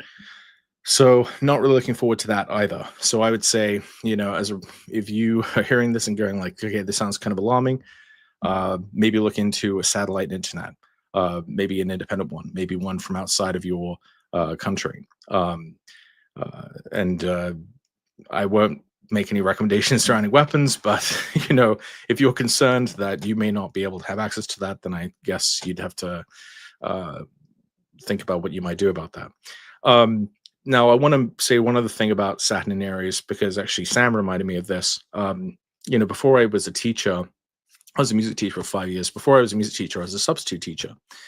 And so I've Saturn in the 5th. This is my particular, I guess, burden is dealing with kids. And I think Saturn in Aries is like an elderly substitute teacher trying to desperately keep control over a classroom of unruly jocks who just don't care that he's in charge. And I think that's how I kind of conceptualize Saturn in being fallen in Aries. Saturn doesn't get respect in Aries. Those jock kids do not care to be ruled over by the elderly substitute teacher who's just trying to do his job. And I think we see the same kind of attitude with respect to people who are very virulently pro-gun rights versus people who are trying to control the ownership of guns. Saturn doesn't get a whole lot of respect. We typically, depending on the issue, people understand the need for certain regulations. But for that particular issue, do you think that gun owners hold a high opinion of the government trying to regulate their weapons? Like, no, they hold Saturn in very low regard in that respect. And so that's how I kind of understand Saturn being fallen in Aries. It doesn't get respect. Now, does that mean it's wrong? Does that mean it's not doing a useful function? I think it can be reasonable. But I think that's kind of the tricky thing for all fallen planets, all planets that are in their opposite signs. They are trying to do their function, even if they are not necessarily getting the respect that they deserve. It doesn't mean that they're wrong for doing it or that they're bad. They're doing it on hard mode. They are not doing so with the kind of esteem of the environment or the figures in that environment. So one other thing I would want to say, just reflecting on a few other things that people have talked about, Rebecca was talking about, like, what is our new myth? One of the things I think we can see with Neptune's entrance into Aries is probably a new era in media. Neptune and Pisces. Neptune entered Pisces right as Disney bought Lucasfilm, right as Disney bought was producing the Marvel Cinematic Universe, and we had this incredible Neptune and Pisces run of basically making every comic book nerd's dreams come true. With these very escapist, fantastical, nostalgic throwback type franchises. And it's interesting now with Neptune now coming to the end of Pisces and with Saturn coming to this conjunction with Neptune that we're kind of seeing the closure of a lot of these things. We're getting these concluding Avengers movies coming out, with this conjunction. And, we're seeing the end of the Stranger Things show, which started at that conjunction in Pisces. And so I think one of the things I'm anticipating with Neptune and Saturn moving into this new sign of Aries, that we're probably going to be moving away from the watery streaming era, the watery, nostalgia-driven Pisces environment of media consumption, and probably moving towards self-generated or self-directed or immersive VR types of entertainment and melding or merging experiences of cinema with VR interactive storytelling and kind of self-driven storytelling, where you're actually kind of the hero of the story and you're on your own kind of hero's journey. So instead of a studio having to spend millions of dollars on a Star Wars movie and hope that no one spoils it, or leak spoilers, they'll just send you a download basically of an interactive experience, which you would be the center of that story, and you make your own story. And that, especially with the way AI tools are going and the decimation we're seeing kind of the future of a lot of jobs in Hollywood, the only job left will be director and writer, and that will be something anyone can do. And so I think we're going to kind of see that Neptune era kind of begin, really, this do-it-yourself era, as Catherine mentioned, with Neptune moving into that sign. And one other thing I would say, sorry for hogging the mic, is, we talked about how wars, I know Becca mentioned that there's a sense of demoralization and just reaching the absolute limit of what the human spirit can even take with conflicts. But I think another thing to keep in mind is that, with Saturn Neptune, we're seeing the questioning of borders, and borders are definitely something that can spark conflict. So right now we have someone who wants to rename bodies of water, for example, while Saturn was conjunct Neptune in Pisces, right? We see, we may be very attached to the way that our maps look right now, with the way that the boundaries of states are drawn, for example. But I think by the end of this transit, that could be redrawn, given especially the historical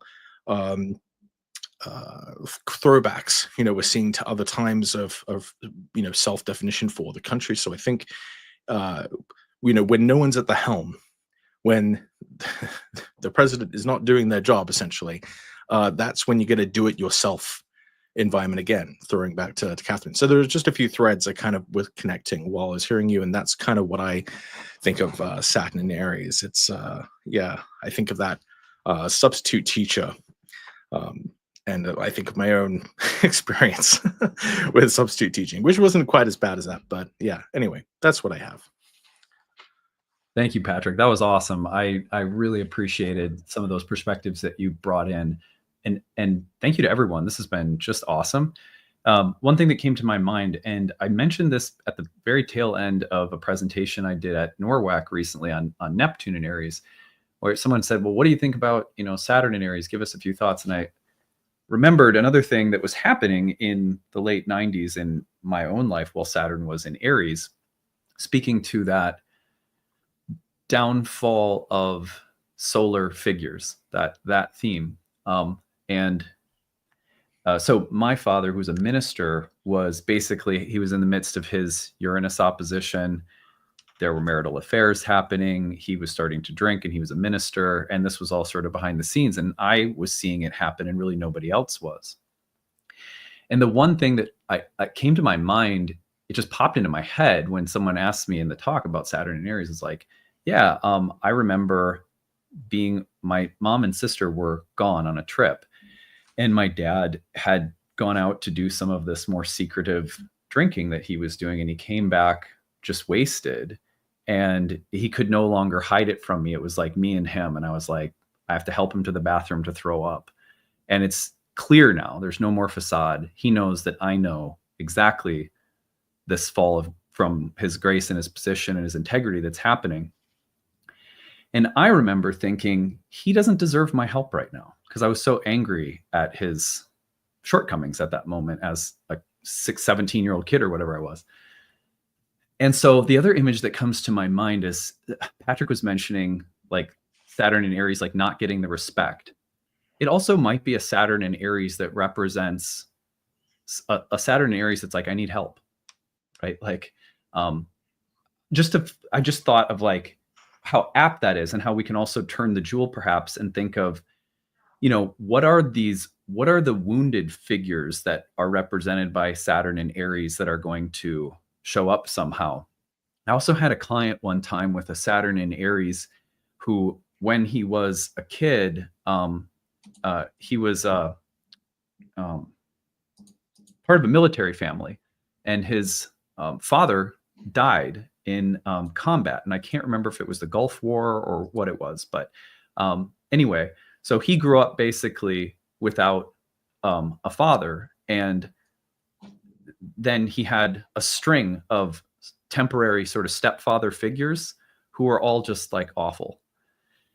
And I kept thinking about Saturn and Aries in his chart, and how he had to deal with the loss of this figure, this kind of broken father figure in his life that died and then wasn't there, and had these poor substitutes. And that there may also be some element of our work while Saturn and Neptune are in Aries that has to do with, how hard is it to want to turn our care, compassion to people that resemble Saturn and Aries that may not deserve it? You know what I mean?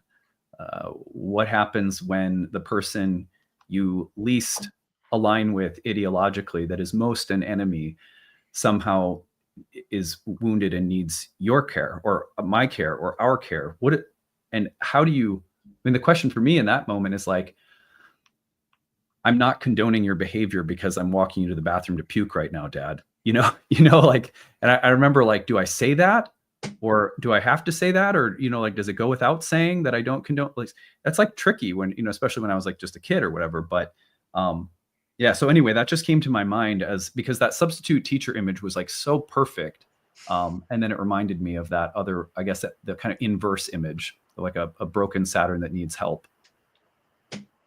Jason, what do you think? Yeah, I want to respond partly because I'm going to have to go to have my Aries.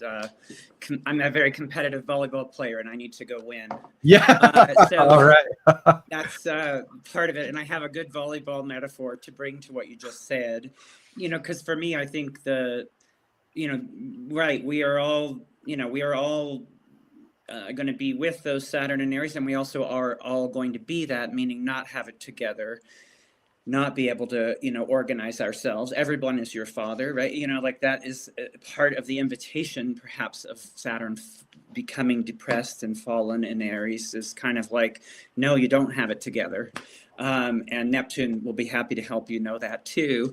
But what I am feeling, in this, you brought in also the Pluto and Aquarius and Uranus and Gemini. There's this sextile, right, going on. And to me, that's just flowing energy, not good or bad. And, the harder part of it for me is what I see happening where, when Patrick paints the picture of people enclosed in their main character syndrome and that the technology confirms you are indeed the main character. And you can kind of see people being bound by the Pluto, Aquarius, Uranus, Gemini technology, in a pseudo-connective space. So that's one way that I see that absolutely happening. And I really don't see how that won't be happening. But the other option for a sextile, and by the way, for me, the sextile is like a good set in volleyball. It's like the setter really runs the game, right? Like sets it up so you can have like the right hit. And, so for Saturn Neptune to get its hit, the possibility of asking for help. I love that you brought that in. It's 100% the thing I would like to see. And it goes back to when I'm saying that Aries is so vulnerable. Like there's nothing more vulnerable than a soldier on a battlefield, like period. Like a lot of us, I think if we haven't had exposure to that world might think, oh, well, he's armed and got a gun and, but actually it's an incredibly vulnerable position to be there. And there is this asking for help, this community possibility. Like there's an entirely different way than tech bro oligarchies to do Uranus and Gemini and Pluto and Aquarius. And I think many of us are going to be really doing that and asking for that help from each other and mutually being mutual aid to each other. And that really changes to me that actually creates the container of relatedness inside of which we can do the grieving, the resetting, the initiating. Like, again, there's a consciousness piece here that can be, people are speaking about grief, but people can decline grieving. And that's usually when they create wars, in programmatic, activations, right? People turn, again, back to Saturn, Neptune. It's like the error that I see repeatedly with Saturn, Neptune is to take some Neptunian vision and try to turn it into an agenda, because you can't really be with the grief that you can never realize a Neptunian vision and form. That doesn't work that way here. So but we don't want to grieve that. Instead, there's a programmatic utopia. Marxism and communism would be a great example. Also, 1846, right, is the debut of an idea, which then becomes programatized and becomes, really problematic. Or even in the 89 zone, right? This is absolutely when identitarian political, critical theory, which is an incredible way of seeing the larger things, becomes an operationalized identitarian thing. It was never a politics, right? It's a way of seeing. It's a way of intervening. But if you turn it into a Saturn agenda, you again end up losing all the revolutionary potential of it, right? It's like, and we end up in this situation now where it's all being thrown overboard. Like, oh, fuck it all that identity stuff, get rid of it, because it got too programmed. From my perspective, it's like it lost its powers. And so I guess for me, those all feel like deferrals of grief. Those all feel like we don't want to really go through this. We want to have something that will just like hop over the grief and create the new world. But again, if we can hang out together and care for each other with Pluto, Aquarius, Uranus, Gemini help, that would create that space inside of which, really do the things that will initiate something else. And I feel that happening in people's lives. I felt that at Norwalk. The Norwalk this year to me, where Saturn did go, boop, you know, that energy felt from I'm sure we all have different Norwalks, as indeed we will. But one thing I really felt aware of was a community processes that were actually felt a little bit different to me in this year. And I see that in a lot of things. And I see astrology having that role, as it always does, of being a scaffolding to the next thing, which isn't, again, a utopian, amazing, like, nobody gets to know what that is, but the being with, you know, being with together. I can't say enough about that sextile, and their sextiles are often missed opportunities, right? It's a Venusian flirtation that you can either, you know, keep walking or you know, I always think passing each other on the street, and, you know, and are you going to actually go meet, or are you just going to keep walking? You know, but there is a thing, you know, like, we've got a great set here, so hit the fucking ball. Jen, you want to jump in? Yeah, I just want to jump right in and really hold space for what Jason shared just now, and go back to 1989, because from the East German perspective, when the German Democratic Republic disappeared overnight, what the demonstrators on the Monday demonstrations had been working towards was a third kind of Germany that wasn't West Germany and wasn't East Germany, and that West Germany would change just as much as East Germany would change. And what happened was that East Germany got colonized by capital, and then didn't become a third thing. It became like West Germany. And so based off of that example, I think we really have to be with grieving the old, what's going away, and not rush into replicating some kind of new structure, and really learn from the past time that Saturn and Neptune were conjunct. Because I used to have, when I left Germany, I was an exchange student when I was 15, 16. And when I left, I would say to people, I have nostalgia for other people's nostalgia. It's like a really weird derivative thing of like, I'm mourning the past that they were living through in a country I could never visit, but I was living in, but it wasn't there. And then I was longing for their identity that they would never get back, and aware of this possible future that never happened either, that was really hard for them, because they would say, oh, well, you know, even though we were living in a democratic or a socialist dictatorship, we had this freedom of family that we don't have now. We had a kind of community that was free from certain pressures of money that we absolutely are damaged by with capitalism here. And so, and even gender protections for women got rolled back 40 years for them. So there were a lot of subtle, beautiful things about the state form that was wrong, that they were hoping they could marry together and change West Germany back, that it would be a kind of mutual exchange. And that never happened. And I don't think that gets spoken about enough, because we have this fantasy of like, oh, cool, everyone's got TVs and Barbies and cars now. Right. And it's like, okay.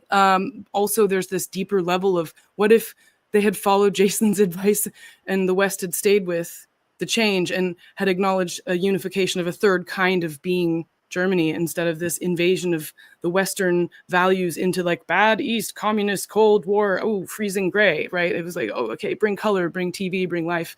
That's not what they wanted. And so I think there was a missed opportunity that, with it being in Aries now, it's like maybe we can course correct and not be under those Capricornian stresses. And the Aries gives us an opportunity to actually make something new. So I also want to remind the folks that we haven't heard from Gray yet. So yeah, sorry, sir. Jason, I know you have to go pretty quickly. Would you like me to just briefly tell people how they can get in touch with you, since you have to leave? Yeah, and the main thing I want people to get in touch with is a conference where many of us will be, and I just want to name it. Adam has put it on there. We're having the Living Astrologies Conference here, and Rebecca and Gray are both presenting. Sam has been part of helping it come together, and it's about all experiential approaches. So that's my main thing. My website is my name. That's pretty easy, but this is the thing I really. This is an alternate Pluto and Aquarius opportunity. And it's here in Santa Fe. Yay! Just to be clear, Santa Fe, New Mexico. Yeah. So that's plenty for me, Adam. Thank you for it. Yeah. Yeah. So jasonholley.net. is how you can get in touch with Jason and his work more personally. Livingastrologies.net is the website for this conference. Experiential astrology. I love it. I think, just to say my own 2 cents for the people that are coming from my audience, what I appreciate about this kind of work is that you're hearing from me all the time someone saying, I think it's best to pair astrology with other kinds of practices, whether it could be dance or anything creative, or if it's mystical, if it's meditative, if it's yoga, if it's exercise. I think there is a tendency sometimes for, this is astrologia, right? It's got a logos at the end, and it can be a little rational and sort of heady. And so this is a really nice opportunity to bring astrology into the body. I would say, Jason, is that an accurate way of putting it? And into felt experience. Yeah, for sure. I mean, we will be dancing, we'll be doing astrodrama, we'll be doing mythodrama, we'll be making art, making talismanic art, and I think everybody's already doing this, so that we aren't the center of this. This is a mycelial activation. That's all it is. This is going on all over. Lots of people are doing it, but it's quiet, it's already happening. So we're just infusing the mycelium. That's what this is. And I mean, many people on this panel do versions of this, but it's time to start being in communication about it and actually elevating the discourse and the processes and how we do this responsibly and meaningfully. So anyhow, sorry, I'm very excited about it. Yeah. No, you should be. I'm sure everyone on the panel agrees with me that we appreciate you for holding a point like this of light in the mycelial network. So, so thank you for that. I want to make sure that Gray gets a chance to respond to the second question that I asked everyone, which is, what do you think about these 2 planets in Aries? After Gray addresses this question, I have one final question for everyone, which will allow everyone to offer like a summarizing thought, or maybe some things that haven't gotten a chance to say that have popped up as we've gone along the way. But Gray, what do you think about this combination in Aries? Yeah, one of the things that's so important about it that we've already been talking about some is the fact that we have this Aries point world axis activation, and then we go back into Pisces, and then we come forward again. And so just to circle back to what Becca was bringing up, that also connects with what others were talking about, just the immense grief, and certainly veterans with PTSD, but there's so many people having mental health crises and just all sorts of deep layers of grief. And so something is going to be really set off that's going to be really extreme. I appreciate Patrick for bringing up some possibilities that some people might have been like, oh, I didn't even think about that. And we have to actually be ready that things are going to go way beyond that. Because when we are talking about the world axis, this is you're projecting the celestial equator out into space. It's the intersection with the ecliptic. It's the node of the Earth. It is the absolute archetypal power of increase. It's affecting everything. And Saturn and Neptune conjunctions anyway always go with our entire collective perception of reality changing in incredibly dramatic ways. But this would be one just alone that would say we're going even way beyond that. Plus we're putting it in configuration with Uranus and Gemini and Pluto and Aquarius. So for all the stuff like Patrick was talking about, it's really interesting with the internet, since the World Wide Web did come up at the last conjunction. And every single square opposition square is a really pivotal development in that, like the 9899 is like the .com bubble, like Google and Google search engine. Then we hit the opposition, like Twitter, social media, like the Web 2.0, user-generated content. We hit the square. It's completely taking over politics. There's like virtual reality coming up. We go back to the previous one, 52, 53, we have television. The television era comes up. That's the original sort of, we're all connected on screens and then we're all being manipulated. And, there's all sorts of issues around that. One of the ones I think that I think is really fascinating is the 1882 one. When Saturn was in Aries leading up to that, is when Edison brought in like the light bulb, and when we get to that 1882 conjunction in Taurus, he lights up a city block. And that's usually said to be the dawning of the electrical era. And I think that's a really amazing example to think about how much that changed humanity, our dreams, our imaginations, our ability to create. Because what's happening right now, we don't even know where it's all going. It's going to be changing so fast, so quickly. But when we think about, having electricity, being able to turn on light bulbs, our relationship with darkness, our relationship with natural cycles, it's our creative process, our ability to imagine and create. That's going to continue, but it's going to be really significantly altered. And that increasing fast pace of change that's going to come in, it is going to be really important for that grieving process to be held simultaneously, and to really have a lot of compassion and outreach. And because things are going to be changing, and things are going to be, falling away that you thought could rely on, Patrick's absolutely right. There's such too many examples to go through, but whether it's empires falling, whether it's borders dramatically changing, this happens almost every single time Saturn and Neptune comes together. So there's just fundamental aspects that you think about reality changing, and that creates all sorts of complexes for people. Now, at the same time, I do think this can be very creative. We haven't talked enough about it being also the exaltation of the sun.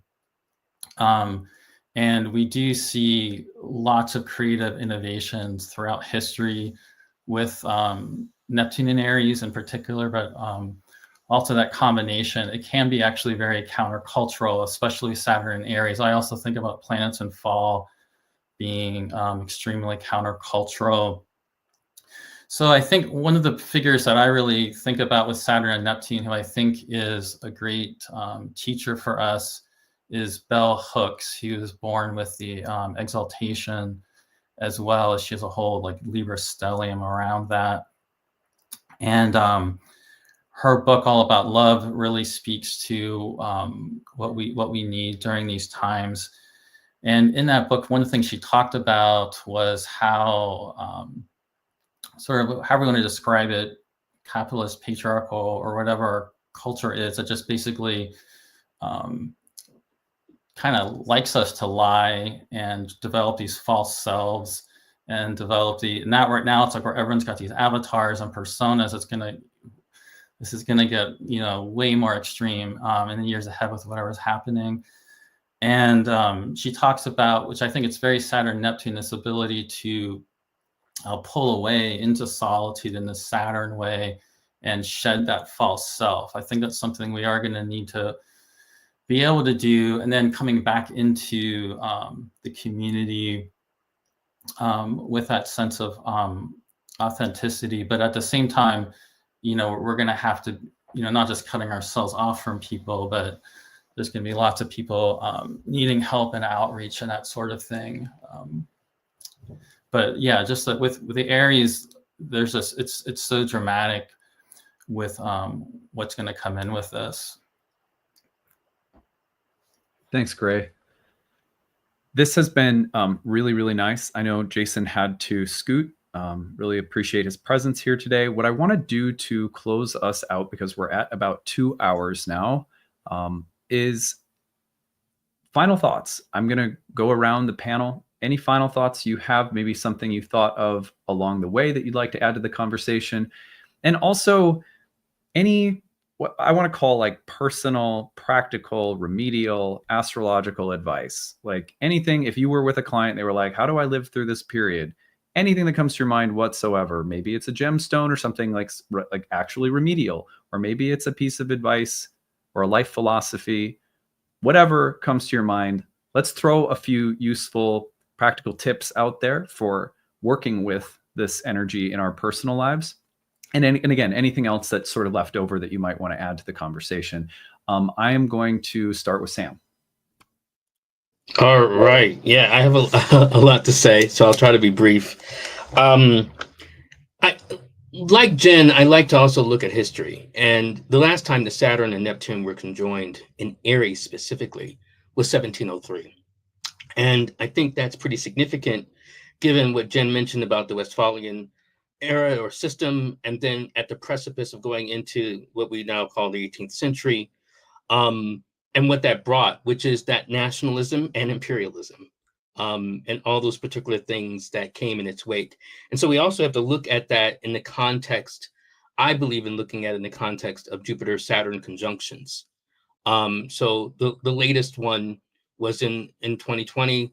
And so this Saturn-Neptune conjunction would be in the third house from that, if we put it in that sense. So this definitely testifies to what both Patrick and Gray have talked about related to media, and for us to think about that. So I'll have more to say in just a minute about that, but I think that's something for us to process. Where I differ is I'm not as optimistic in a certain way about Saturn and Neptune related to power. I think it consolidates a certain level of desperation for folks in power. And we saw this the last time, not the last time, but the second last time, when I was born, when Saturn and Neptune, or Saturn, it was in Aries, and there were the assassinations of Martin Luther King Jr. and also of RFK. And what's interesting is to see the parallel now, the ascendancy of RFK's son, as Saturn is in Aries, and dealing with the level of power. The other time we experienced challenges to power, but it didn't necessarily coalesce, was in 1996-97 with the impeachment of Bill Clinton, which didn't lead to his full impeachment, but it was a challenge related to the authority of the president. And so I think what that leaves us with is kind of thinking about our relationship to power, not just those in power and thinking how they're going to be quote unquote unseated, but what we're willing to do, Saturn, Neptune, in order to make it work. And I think that becomes important, especially for those of us who are more activist leaning. And this is where I draw in Rebecca's beautiful point about our new myth for humanity and what we want. Because one of the things that's interesting about the last time that Neptune was in Aries, it also gave birth to a level of literary fervor about the idea of what humanity could be. H.G. Wells, all these different people who emerged at that time to kind of dream what humanity could be, and even starting to articulate what we now know as a kind of science fiction and all these particular things that kind of start to coalesce. And I think Saturn-Neptune, which is new to that, is versus 1846 and last time, and 1861, last time Neptune was in Aries. What is new is kind of, I think distinguishing the BS from what's real. And I'm going to go on a limb here, and you guys know I'm used to going down on limbs that particular way, is that I think this whole idea of giving so much space to AI is BS. And I think it's BS, especially AI, because I think even Elon Musk has said something like the whole purpose for humanity is to be able to give birth to a super intelligence, which I think is crazy. Okay. And I think that becomes important to challenge that narrative for so many reasons. And one of the fundamental reasons that we can't ignore, I mean, we should definitely be thinking about how we're going to pioneer, how we're going to talk about new ways of being, new articulations of media, but we do have to be careful, having come just from an age of Earth with the Jupiter-Saturn conjunction in Earth up until that point, without thinking about resources. And, AI eats up immense amounts of resources. And we can't lose sight of that. And as much as we want to talk about how beautiful, how fun it is, every time you go for a prompt, you are, taking a whole vial of water, and maybe even a gallon. And I think we have to think about, well, do I want to be able to answer this quote unquote silly question, or do I want to be able to drink water in 20 years?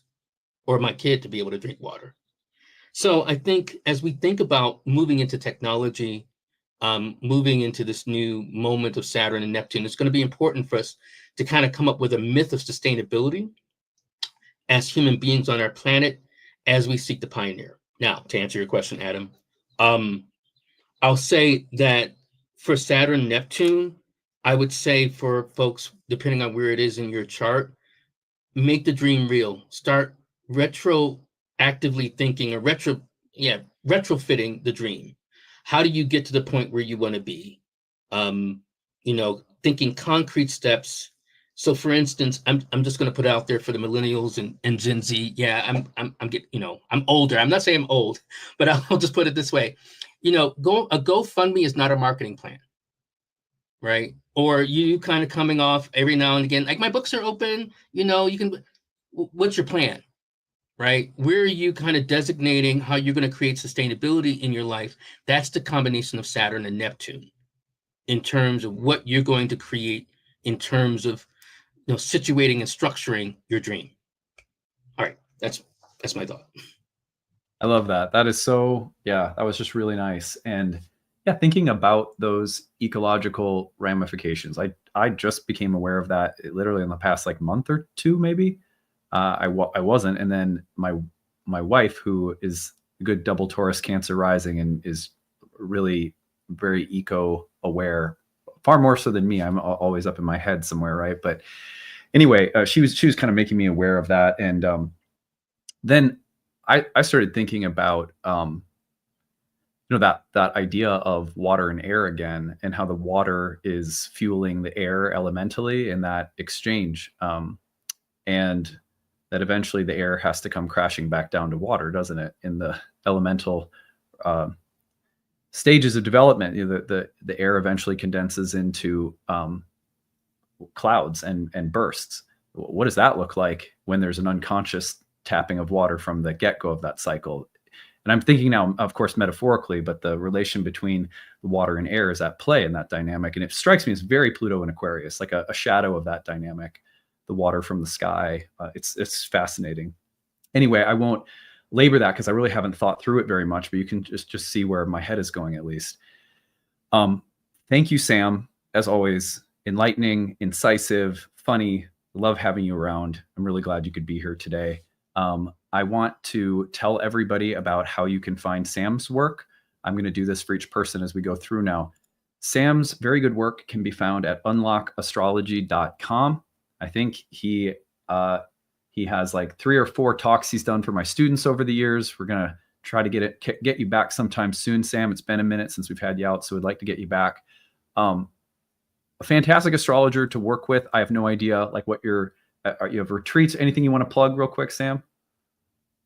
I am going to be doing something with Kepler College, and that we are going to have a symposium in September. So be sure to check that out. So that's, I believe I should know the dates by heart, but 5th through the 9th, but okay. But early September. And I assume that you'll be at UAC in 26 as well? Inshallah, yeah, 2026. I hope to be at UAC. That probably is the next time that the majority of us will be together all in person, I would guess. But anyway, that's fun. Okay. Thank you.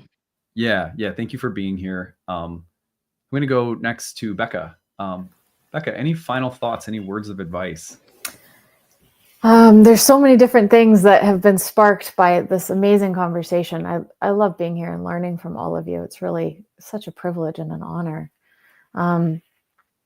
Let's see if I can weave this together. So with the ecological themes, a number of years ago, I did, under the last Saturn-Neptune square, I did research looking at correlations between Saturn-Neptune alignments and drought, and was amazed to see very significant correlations there. For example, the Dust Bowl that had such a devastating effect across North America happened in the mid-1930s under the Saturn-Neptune opposition at that time. Now, not every drought occurs under a Saturn-Neptune alignment. Not every Saturn-Neptune alignment happens to line up with a drought, but it was really interesting to see the patterning and the crises related to water, whether that is a lack, a deprivation of water, as we see in drought, or the destructive, death-dealing effect of water, as we saw with, say, Hurricane Katrina or the Indonesian tsunami under the Saturn-Neptune opposition. 2005, 2006. So I think that these ecological themes, as particularly related to water, are going to be coming more and more to the fore of our consciousness. Another theme I just wanted to bring in from before, when a number of you were talking about the fall of the father figure, the Saturnian figures, you were also talking about the solar heroic figures, is the fact that we can often see a crisis of faith that takes place under Saturn-Neptune.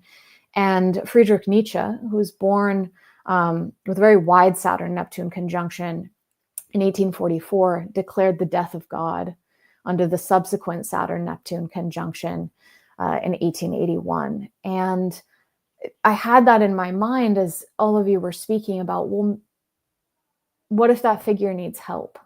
And so what does that mean for us now in terms of what if the divine needs our help to step in and take on that responsibility? Geologists are debating that we call this era the Anthropocene, because humans have become a geological force. And with that power, we're taking on a responsibility collectively that I don't think we have the collective consciousness yet to be able to do.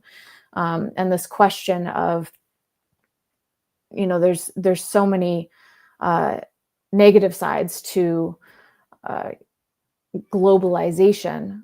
You can take a different approach, though, as we're talking about in terms of this kind of erasure of borders, of boundaries, of entering into what Edgar Morin calls a planetary era. What does it mean to step into becoming a planetary civilization for the first time?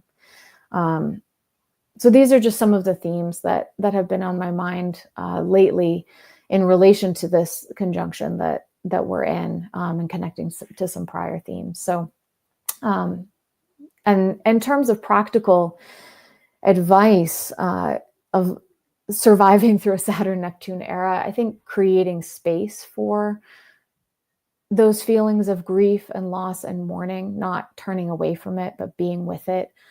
Listening to great music that lets you actually emote that. I'm thinking of Samuel Barber's Adagio for Strings, which he was born with Saturn-Neptune. He composed under Saturn-Neptune alignment. I know people who've gone through a Saturn-Neptune personal transit, well, they'll just listen to that piece over and over again because it lets you feel the grief and move it through. So grief practices, discipline, spiritual practice, creating that container to connect with something beyond, as a way to kind of bring meaning into the meaninglessness. I think something with Saturn-Neptune periods is we can often feel like, well, is there any meaning? Is there any sacred? Is there any divine? And then we look and realize that very experience is correlating with an alignment of two planets that symbolize that very thing, that there is meaning in the meaninglessness, that we're being reflected by the cosmos itself, in our very feelings of isolation from that very cosmos. So if through this period, any of you are feeling that sense of being cut off from the sacred, realize that you're part of something larger that's reflecting that very thing to you in that moment. I also want to just say in closing that I want to stay on as long as I possibly can. And I also have a 1-year-old who's waiting for me, so I might have to dip out a little bit earlier. Interestingly, quite a empirical observation experience. My son has 0 degrees Aries rising. And so I've been watching as the Saturn-Neptune, he's born with Neptune right there, 1 degree from his ascendant, but watching the Saturn-Neptune cross his ascendant. And just days before Neptune moved into Aries, he started walking. And with so much of that Aries determination, and then on his birthday, Saturn moved into Aries, moved right onto his ascendant. And the next day, all of us in my home, like, you look older, you look you're a little boy now. You're not a baby anymore. And how quickly it seemed to happen on that day of his birthday. So I might have to dip out a little bit early, but I want to stay as long as I can to hear from the rest of you. So we'll just see when the screaming starts. Becca, that was awesome. Thank you so much for those thoughts. So many of which just I could feel resonating within me. A couple of things. You were talking about water. When Mars was going through its retrograde in Cancer, it was in my 3rd house, and our local neighborhood water pipelines came under construction because of toxicity. And so we got a spring water service, where they bring the bottles to your house. You kind of have like, what are those, like office stands, or so we got that. And I was drinking spring water, and I was like, oh my gosh, I don't think I've been drinking real water for a while. Just you could feel the minerals and the electricity almost like in the water. And I had this feeling, it was very instinctual. It was like, this is a little crazy. This is what everyone should be drinking. This is what everyone should have access to, real water. And all of a sudden I just thought, there's going to be a time not far off where we're going to have to like fight for our water, for rights to water. It was just like an intuition. It was really strong during the Mars in Cancer retrograde. And I can't help but think that, maybe that was a little bit of a prelude with Mars being the ruler of Aries to Neptune moving into this sign of Aries, where something like conflict around something so Neptunian like water could take place. Anyway, I was just that I brought that up. The other thing, when Saturn was in Aries and I was in high school, Becca, during that same phase I mentioned where my dad was really struggling and I was sort of one of the only people who really was witnessing it, I was so disturbed to find in his office one day a copy of Nietzsche's text. And I'm not sure if it was his text or if it was a sort of commentary, a further elaboration of his text, but the title of the book said, God is Dead. And as a kid who didn't know anything about the context of what Nietzsche was looking at, that was a really shocking thing for me to see. And the other thing that was really interesting from earlier was that my dad's downfall paralleled within a month, when I became aware of some of these things for the first time, the controversy with Bill Clinton, which I thought was like very, it's just like sometimes there's these parallels between what's happening in our personal lives and the expressions in the collective that are really fascinating. I also just want to say how much I appreciate the like giving room for, like I said, sometimes we have to put a redemptive narrative where really it's scary to be with pain, suffering, impermanence, melancholy. And yet, if you think, I think about, there's a band I like called Sleeping at Last, and they have this beautiful song called Saturn. And in that song, the song really gives voice to the melancholy of Saturn. And what I love about that song is that there's no need for an antidote when you sink into the beauty of the music expressing that melancholy. That's why, I think why we have the blues, or that kind of blues shaking gospel music that's born of suffering. Like sometimes there's an aesthetic dimension to the experience that can so quickly transcend the need for like a teleology to be assigned. Why is this happening? What will come of it? So I just really appreciate you touching into that. I think that's really important. Becca can be found, let's see here, beccatarnas.com. So if you want to work with Becca, Becca is teaching at the California Institute of Integral Studies. So if you decide to go to school there at some point, a lot of people in this astrological community will find that is an allied place of learning. And so it's not surprising to see that Becca is a faculty there. Anything else that you want to plug, Becca, aside from directing people to your website? I think that's the main thing at this point. I've kind of very gratefully tucked myself away into a graduate school, and I'm teaching archetypal studies and transpersonal psychology and Jungian psychology there. So that's the main area where if you want to come work with me, you can come get a PhD or a master's degree in that context. Yeah. But it's really, it feels like a wonderful kind of coming back into the astrology community, being here today and connecting with all of you. So thank you so much for inviting me here. Yeah, absolutely. And if you guys don't know Becca's work, another thing that I just have to say that you will be delighted to find out if you do a little searching of Becca's work online is the amazing connections that she's made between the realm of Middle Earth, The Hobbit, The Lord of the Rings, and archetypes. It is easily one of my favorite features of Becca is that she is like a fantastic Lord of the Rings, like master expert. So just a plug there, because I'm sure people could probably find some of that content online somewhere, Becca. Yeah, I think even you've posted a video of the astrology of J.R.R. Tolkien that I did for your platform. There we go. It's on my channel. Okay. Yeah, exactly. Yeah, I have a number of things on Tolkien there, who's also wonderful to journey with during a Saturn-Neptune period. He was born with the trine. So a wonderful way to enter into the imaginal realm in that form. Absolutely. Thank you so much, Becca. Thank you. I'm going to move next to Rebecca, and I apologize. While you say a final few things, I have to use the bathroom, or I am going to Saturn-Neptune burst through the boundaries. So go for it. I'll be right back.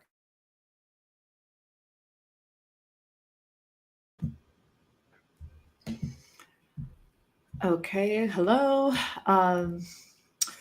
So wait, was this for me or for you, Becca? Sorry, for you to close up or for me? I think it was to you. I think we're passing from one Okay. Rebecca to the other. Okay, yeah. Becca to Rebecca. Okay. First, it's just so refreshing to be here and hear so many astrologers speaking into the much needed environmental crisis. And I don't think I've been on a panel recently where I've heard just that resonant tone that's necessary, and that we can speak to, like the last 14 years, Neptune being in Pisces, and the crisis of water, and now how we're facing it when we have this hot and dry year coming up as well, with both in Aries. So we have to start preparing for that for sure, and thinking about that more ecologically. So that, I guess, coming back to that new myth of what it is to be human, and rounding that out in what is a new hero. And I agree, it is to be a good steward of this planet, to take good care of this earth, to get in right relationship with this earth. It's almost as if we don't have a choice. And if just looking at like the way everything's moving from, the beginning of humanity, to hunter-gatherer, to agrarian, and then industrial revolution, right? And then we're moving to this technology age.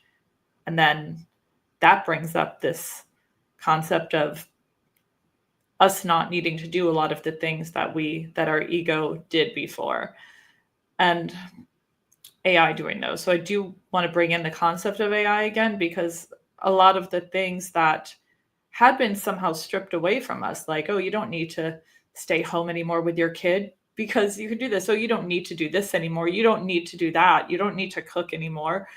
Machines can do all of these things that actually gave humanity a sense of value and joy and purpose, have ended us up in a mental health crisis, having all of these things stripped away that actually gave us some sense of joy and purpose, under the guise of capital. So I just think it's interesting to look at that right now, and to see, to see in this mental health crisis that we're in, like, of depression, anxiety, and how much of our population's on medication right now.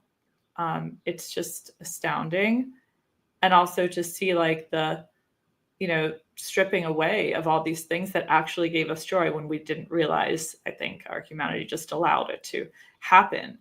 Under the guise of gaining capital and progress and efficiency, being efficiency and capital being stacked as the highest order. So, there's that obvious mental health crisis too. And coming back to Aries, and coming back to like, okay, what it is to be human. What is the human will? What do we need in service for us to be feeling alive? And what is our story here? I think the more we can talk about this and take action on it, but I want to just like underscore the action taking, like we're having these conversations right now, but like for everyone listening too, it's like, okay, what does that mean in our life tomorrow? What can we apply? How can we do an Aries thing? What does this mean to do things differently? And I think also all of this Aries energy says, you know, collectively, just do it. If you have an idea, if you have a business plan, whatever, don't sit on it and let it get stale. Like, it needs to be emergent and in this moment. And we have to start trusting that instinct. And at the same time, like, you're not in it alone. Like, also the hero's journey has that very solo, you've got to climb the hard rocks alone. You've got to do everything alone. And I just want to give a nod to Libra. Hello, Libra, because the polarity here is very important. I think, like, you know, when we're in any transit collectively, we're all kind of under the influence and we can't see anything out. Like, for 20 years, we were all under the influence of Pluto and Capricorn. It's just like, climb the mountain, keep climbing, get to the top. This whole drug that the whole collective was just under. And then it moved into Aquarius. Then it's like, what was that? Why were we climbing that mountain? What was that for? And so same thing, like, let's not do that with Aries. Let's not get into the mindset of, we've got to do it all alone. We've got to climb this hard mountain. Life is hard. And what if we engaged more Libra along the pathway? So I just want to bring up the polarity and engaging more in relationality and partnership, considering collaborations more so. I mean, there's, yeah, and I appreciate so much what Sam said as well, is like giving a nod to the shadows of Aries, imperialism, dictatorship, these things that we need to just call out and watch out for and make sure that they don't happen. So to having some internal stops and conversations when we hear these tendencies coming up, even in our personal lives, calling them out. What does that mean, you know, in our daily lives? And we can talk about these things so conceptually, but they're also very personal too. You know, so I always want to question, what does that mean for us when we wake up tomorrow? And what else? Yeah, I mean, I'm born with a Saturn-Neptune square, exact, like to the day, to the hour. And so I've always felt this struggle between structure and no structure, and the dissolving of the structure. And I've kind of learned the hard way throughout life to create structures that have those release valves within the structures, as to kind of what I was alluding to before. So having everything tied up with Saturn, squaring Neptune, all my planets in Virgo, conjunct Saturn, I think, like, we have to, like, there has to be a part of us too that can be a little bit Neptune dreamy, unrealistic, and to kind of create a shape and put something out there and have the conviction and the dream to kind of do the Saturn thing and build a reality around it. I mean, Martin Luther King is another one. MLK has Saturn tri-Neptune. I have a dream. And he holds that so beautifully. So I do feel that there's great potential to do the work and do the Saturnian work to build the bricks around the Neptunian dream here. I'll end with that. Thank you, Rebecca. That was amazing. Rebecca, you can find her work at RebeccaGordonAstrology.com. I quite literally wouldn't be here without Rebecca, because she was my very first teacher, the very first formal course I took, and the person who really said, go out and do it. Like, I was really hesitant to start my career, and she was like, you're fine, go do it. And I was like, okay. So, yeah. So Rebecca is very helpful when it comes to making, you know, nebulous things like astrology come into concrete expression. She has trained thousands of astrologers in her career. And so you couldn't study with anyone better, in my opinion, my humble opinion. So anyway, check out RebeccaGordonAstrology.com. Rebecca, anything else that I can plug for you that you want to mention? Well, I just want to say how grateful I am to you, Adam, for your voice in the astrological world is so meaningful, and what you've done for this community and the whole practice of astrology, the way you've brought the community together, and you do time and again, year after year. I'm just grateful for your presence here and what you're bringing. Thank you. It's such an honor to be here now. Yeah, that's it. Thank you. Thank you, Rebecca. So again, you can find Rebecca's work, classes, webinars, a huge archive and library of material that Rebecca has created over the course of her career. RebeccaGordonAstrology.com is the place to connect there. And we really appreciate you being here today. Thank you. So I'm going to move along to Catherine next. Catherine, final thoughts for us? Any words of advice or wisdom? Adam, I hate to interject, but Jen has to leave. Oh, okay. Catherine, can I do Jen? Sorry, Catherine. For sure. Okay, my bad. Yeah. Jen. I'll just be really quick. There's just one image. Lost, the show, at capital LOST, season 2, episode 1. It opens in a hatch with him playing Mama Cass Elliott's Make Your Own Kind of Music, which was released on with Saturn and Aries. But this is the Saturn-Neptune opposition. And if you think about everything else that happens in that specific opening episode of season 2 of Lost, that is medicine for what's about to happen. And the second thing I want to mention is that 2 of the 7 people still here are located in a place where in 1896 there was a brewery that was founded, and the tagline for this was, it was the Olympia Brewery, "It's the water."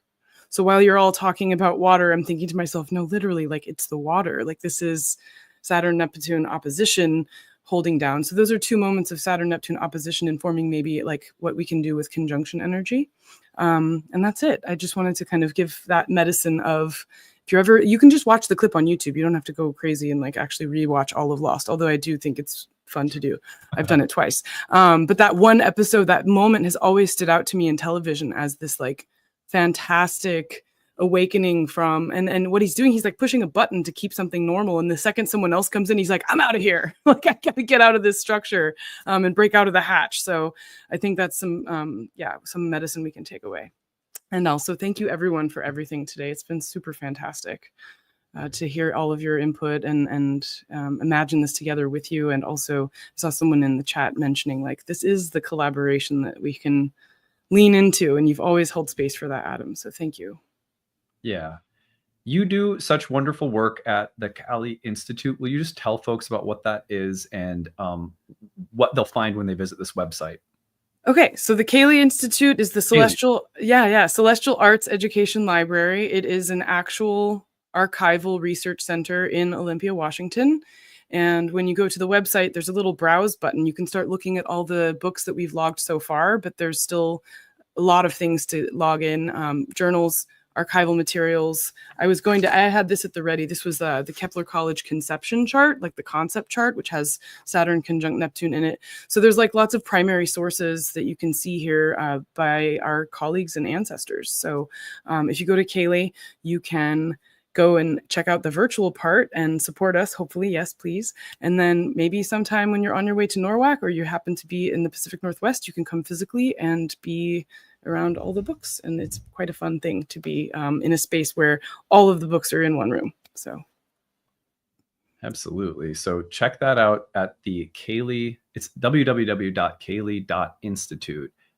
Check it out there. The Nightlight Kickstarter has contributed in the past to support the research center. So I personally feel like it's a really good thing to support. It's something that I'll be excited to continue supporting. So thanks, Jen. Thanks for bringing such good work and research. And there's a million other things that Jen does that we haven't even talked about. You're a powerhouse, and we really treasure you. Thank you. Okay, so now I'm going to switch back over to Catherine. Any closing thoughts, words of wisdom, advice that you have for the Saturn-Neptune dynamic? Yeah, just something else that's really on my mind right now is this theme of leadership. And we've talked a lot about how the fallen quality of Saturn, the sense of insecurity that keep in mind, like when this is showing up in a natal chart, you have a lifetime to work with it, and you have a lot more agency over your own way that the planets show up in your chart if you're using astrology. But collectively, we do see that sort of overcompensating authoritarian leaning with Saturn and Aries. But I also want to put into our minds this idea of the underdog. So when we think about a planet that's fallen, this is often a planet that doesn't feel like it has the respect that everybody else has. And so this may be sort of the rise of leadership in all the senses that is unexpected. So someone who's a little bit of a maverick, an underdog, some sort of like risk taker, or even the anti-hero. So we see that show up a lot too. And I'm very curious to see what Gen Z does with this aspect, particularly because a lot of them are coming into their first Saturn return. And we can't think about Saturn and Aries, Saturn return, without thinking about Neptune and Aries. Like these two things need to be thought about together. And so I think about that, and I think about how this is showing up in people's natal charts. Like this is a major seed that's being planted in the Aries sector of our charts, one that we haven't seen since 89, 90. And as much as we've talked about the divine discontent, the grief, the heaviness of just realizing that what we thought was going to happen hasn't shaked out the way we thought it would. There is an upswing from that if we can allow ourselves to go through that process. And it's a soul searching process, actually, because when you feel that sense of abandonment, you're left to you think you have to figure it out alone. And very often you can only be the one who figures that out for yourself, that soul searching sense. And I think that's part of it. But the other part of it is the sense of community that we're talking about here. Because Saturn, although it's fallen in Aries, it also is a triplicity lord. And triplicity infers community and support. And so many of us feel like we're having to take the reins when we don't necessarily feel ready, or we're being pushed to do something hard in a time when we feel really stressed, or we're being forced to take the helm when we don't feel like the world is looking to us, supporting us in that way. And so looking to that sense of support, looking to that sense of community is important. So the thing I'll just end on is that I like to remind people, because a lot of people might have anxiety about this particular transit, is that this is a world building transit. So when we drop into that space of re-envisioning or finding the meaning, or that sense of feeling alone and soul searching, this is a world building aspect. So as it is an opportunity for us to make that dream a reality. And there may be some idealist motifs. Those are gonna sort of be guideposts for us. You know, Saturn may be saying like that ideal vision isn't gonna work out necessarily in the way that we ultimately hope it will, but to be brave enough to hold that vision for yourself in your own life anyways, because we need that sense of inspiration. We need that fire right now. So think about that. What are you building in this area of your chart?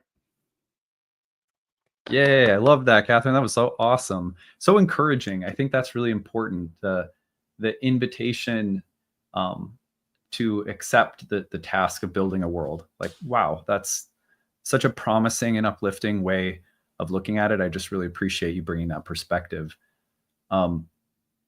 People can find your work at catherineurban.com. Catherine, is there anything you want me to plug or promote outside of the fact that I know for a fact that if you work with Catherine, you're going to be in the hands of a person who puts the soul first, who's caring and thoughtful and intelligent when it comes to astrology.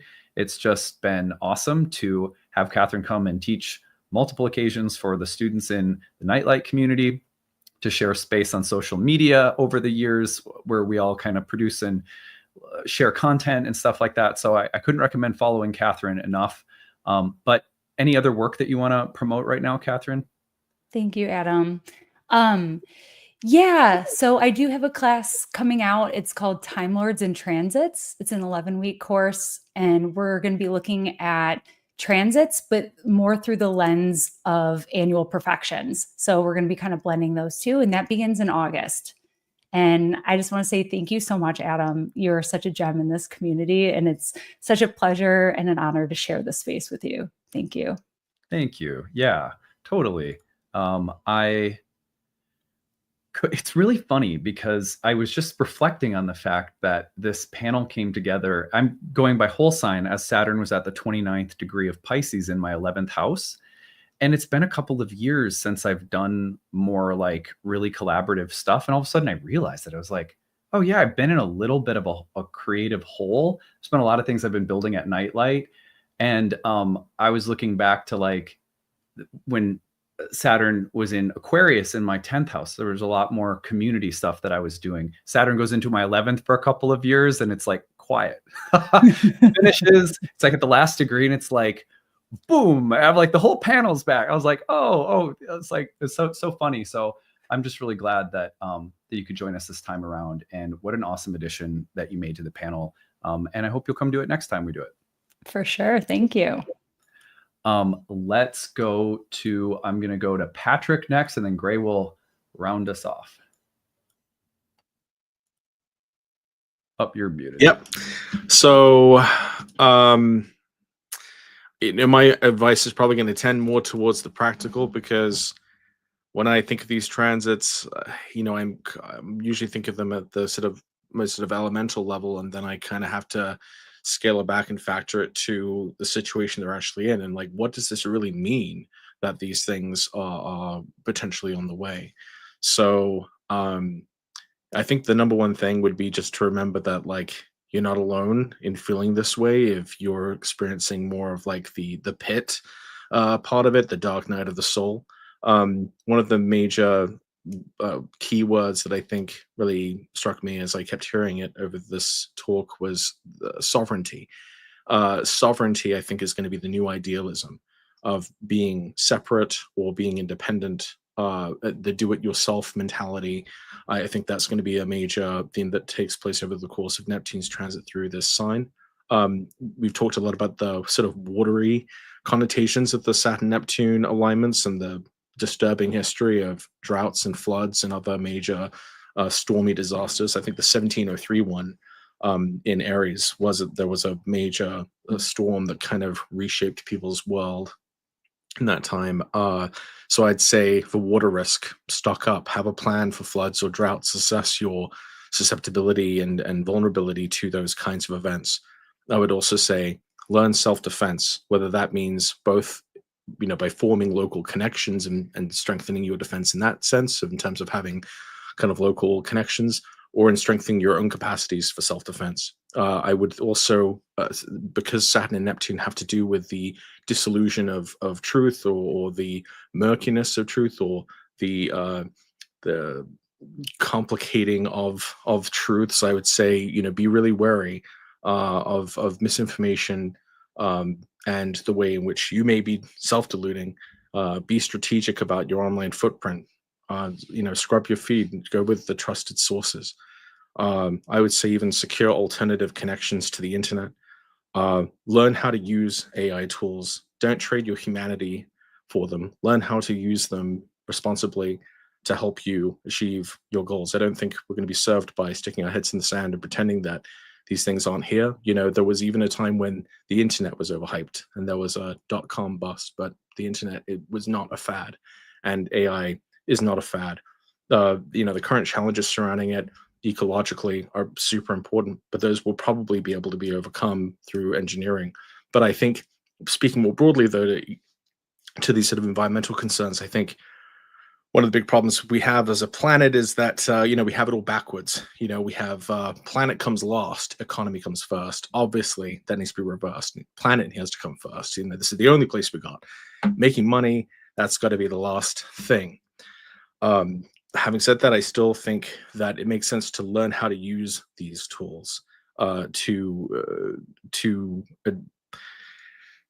least to be aware of them, in the same way that I would say back in the 90s, learn how to use email. You're going to want to know how to structure prompts, etc. I would also advise everyone to secure the rights to your own content, license your image, license your text, license your videos, license your own content, because I think when Uranus moves into Gemini, we're going to be moving towards digital doubles instead of your website storefront. You'll probably have an AI version of yourself.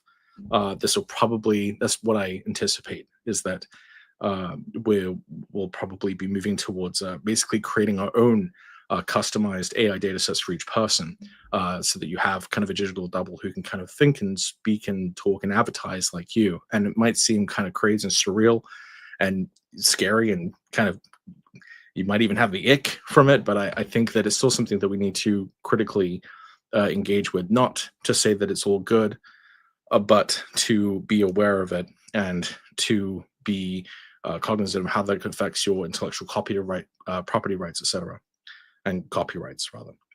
I would also say guard your body as medical guidance shifts.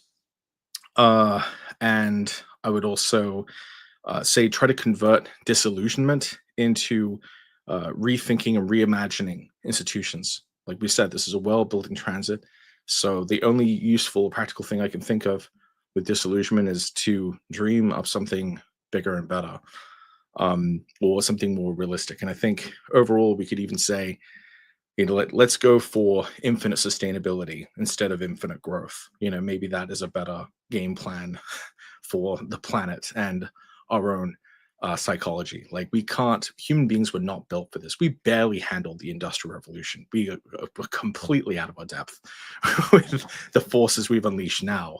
And unfortunately, it's us, that has to actually face it. And the last couple of things I'd say is keep art and irony alive. Like, that's like one of the last refuges. I think when all meaning has been completely stripped away and you're just facing the abyss, you should say, you should look into the abyss and just say, hey, sup. I think just, knowing that, like, we can get past these periods, and that the whole point is to go through it, it is going to help maybe go through it. But yeah, that's what I have to say about Saturn conjunct Neptune. Good luck and Thank you so much, Patrick. That was wonderful. You can find Patrick's work at patrickwatsonAstrology.com. I want to make sure, Patrick, that you have a chance to say anything about what you have coming up. I know we're going to also mention the Nechepso software, but anything you want to plug? I'm open. I'm no guru. I haven't said anything I've said today because I'm like some, incredible brain, or like I'm some shaman or something. Like, I'm a human being, fellow human being, and I do astrology, and so that's what I offer through my website. You can find the article I wrote on gun control and Saturn and Aries on my website, and of course I have all my services there if you're interested. But I will be at UAC next year. I was selected as a new speaker, and I hope to be back at NORWAC next year. Patrick, I really enjoyed your talk on Time Lords that you did. I attended that one. Thank you so much. I'm not sure who else was there, but it was great. So Nechepso software, you want to tell us a little bit about the Nechepso software? Yeah, sure. I hope this doesn't come off just like an ad. I will keep it just brief, just to let you know what it is. Well, one of the things that I've been doing with AI since I got a hold of it in 2023 is I got involved in coding. I don't really know a whole lot about coding, but I've been able to create some little programs and stuff. And I joined forces with John Streecker and Nick Dagan-Best, and we put our heads together to reimagine a new astrology software that met the needs of astrologers and kind of moves astrology software into the 20th century. So Nechepso is the result, and we are releasing Nechepso to the public on June 17th. and we hope you like it. It's full kind of rethink. It's not just charts, it's personal. It's keeping track of your personal transits and those of the people close to you. With every chart, there's timelines to add events and timeline displays to graphically display events in a person's life. And we think it's pretty incredible. And we are also developing an ethically compiled and ethically sourced AI, which we're reducing our environmental impact on that by making it locally hosted on your machines. I'm personally writing some of the data for it myself. We're getting consent for it. So I understand there's some good reasons to be skeptical of AI, but we believe that AI can be an assistant. I think the relationship between our tools and ourselves, that's, the tool is to assist you. We don't want, it shouldn't replace you. And I think that we've tried to strike the right balance of having this, the Nechepso AI be able to be kind of the ultimate astrologer's assistant. And it's only really going to be useful to someone who knows a lot about astrology. So that's still on the way, but the first version of it won't have it. And you wouldn't even have to use the AI with it if you didn't want to use. So it's still a great program without it. So Nechepso, it looks beautiful. I think some of you might even gotten a chance to see it or play around with it if you were at the NORWAC conference, and I think it looks pretty cool, right? It's a very kind of nice, clean, modern sort of interface, and we hope people like it. So you can go ahead and check that out, the way it looks and some of the features it has at nechepso.com. Amazing. I couldn't recommend that more highly. My curiosity was piqued at NORWAC when I saw it being displayed and demoed. Really cool. Very excited about it. And I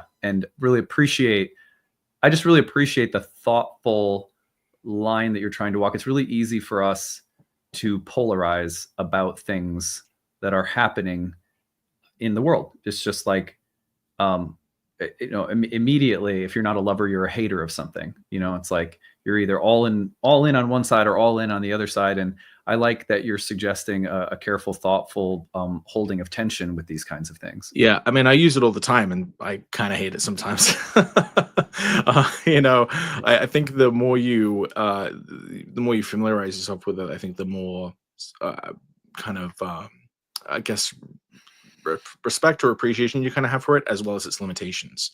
And and then that's not to say I've addressed every counter argument against. I think this is an ongoing discussion. And I'm actually trying to really understand some of the more deeper arguments kind of against it, so we can make sure that we proceed with this ethically, responsibly, and obviously the main goal is accuracy.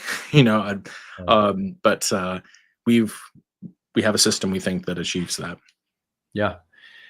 It is that same thoughtfulness and like presence that I think you will find working with Patrick. So I couldn't recommend checking out his work, working with him on your chart, whatever the interest might be. Patrick Watson, astrology.com. Patrick, thank you so much for being here today. Really appreciate it. Oh, thank you so much. I really wanted to speak to you at the conference, so it's kind of funny that this is the time we ended up speaking together. But I loved your talk on the 8th house, and thank you so much for having me.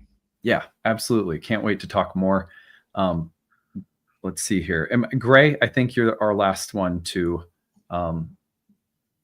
close us for the day. Any closing words of advice, thoughts that you have on this transit before we go? Yeah, well, just to reiterate what everybody's already thanking you for holding this space and organizing this. I think that's one piece of advice I would just have for everybody, is it's going to be really important with regard to what we've already been talking about, which could include environmental crises and the difficult trouble people could be having just with despair at times and facing the reality of the way things are changing, just to be really creating taking the responsibility to create the time and space just to have joyful experiences, to seek pleasure, and to get people together in community. Like this event is a really good example that someone just reached out to you and then you made it happen. And then we were able to have this event that all these other people are also participating in. That's going to be really, really important. I won't speak to all this stuff. Patrick, I think, did a really great job of covering lots of very practical things that you can be doing. One thing he did say that I do want to go a little bit more into is just the importance of also imagining something different, because that really is the total power and potential of what we're facing right now. Even though there are many things to be concerned about, we really are in a place where whole new worlds can be built. Things can change. Things will absolutely be changing. And so whatever dream you have to really create that plan and do whatever you can to build it, and while also being in a relationship with other people, inspiring other people to do the same. I had mentioned Bell Hooks previously, and just want to return to her again because her book All About Love got a lot of popularity. Actually, the last time we came together that year of the Saturn-Pluto conjunction, and that came out around the time of the waxing square of this cycle.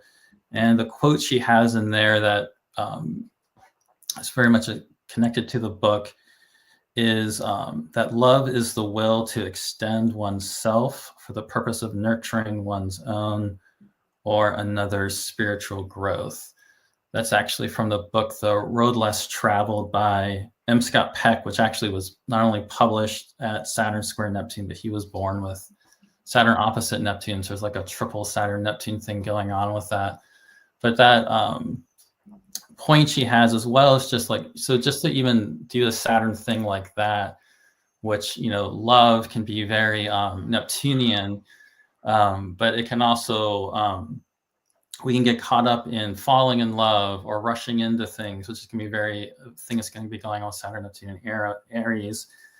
And by actually defining what it is, we can be responsible to bring it about, and to actually be accountable and responsible to bring that love into the world. And I think thinking about it in terms of nurturing your own as well as someone else's spiritual growth through this time period is going to be really helpful, because that's absolutely what is going to be providing us is an really extreme abundance of opportunities for spiritual growth. And while people aren't going to be going out to be making Saturn and Aries talismans because Saturn is in its fall, that does not mean you cannot have a devotional relationship with Saturn. So whether you actually practice astrological magic or not, just coming into relationship with Saturn and the really good qualities of Saturn, I think is going to be really helpful through this time period, because there is going to be so much uncertainty. We are going to really have to at times trust our own inner knowing and our own ability to have that kind of faith with what we're building and bringing into the world. But it's more I can say, but I think since I'm the last person, I should probably end here, since we're already crossing over 3 hours, I think, at this point. So thank you for inviting me, though, to speak. Thank you, Gray. Yeah. I was, as you were speaking, I was, when other people's growth becomes as important, or even sometimes more important than advancing in our own self-interest, it's amazing. It's a bit of a paradox that those are sometimes the moments in which we stand to grow the most and achieve the most in our own personal growth. Not suggesting that you could become a martyr, perhaps, with Neptune at times. Anyone, I guess, could run into that complex. But I really appreciated that idea of your victory is my victory. Like that mentality. I think astrological collaboration is that mentality too. It's easy in an industry that in many ways is about individual practitioners. We've got our workshops, we've got our schools, we've got our content, we've got our platforms, and we have to be tending those spaces regularly to make ends meet, to thrive, to make our businesses grow, whatever.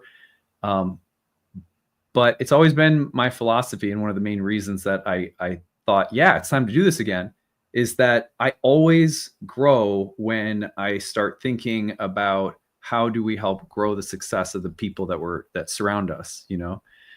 So I just hope that everyone listening to this will kind of feel like, you know, this is a win for building the courage, confidence of all of us as astrologers, of all of our offerings. There's a unique group of people that we'll run across, whether you're listening to this and you're an astrologer or you're on the panel, and that astrological collaboration is a better model than competition, but it still thrives on the same exact Aries edge, which is like your success is my success, you know?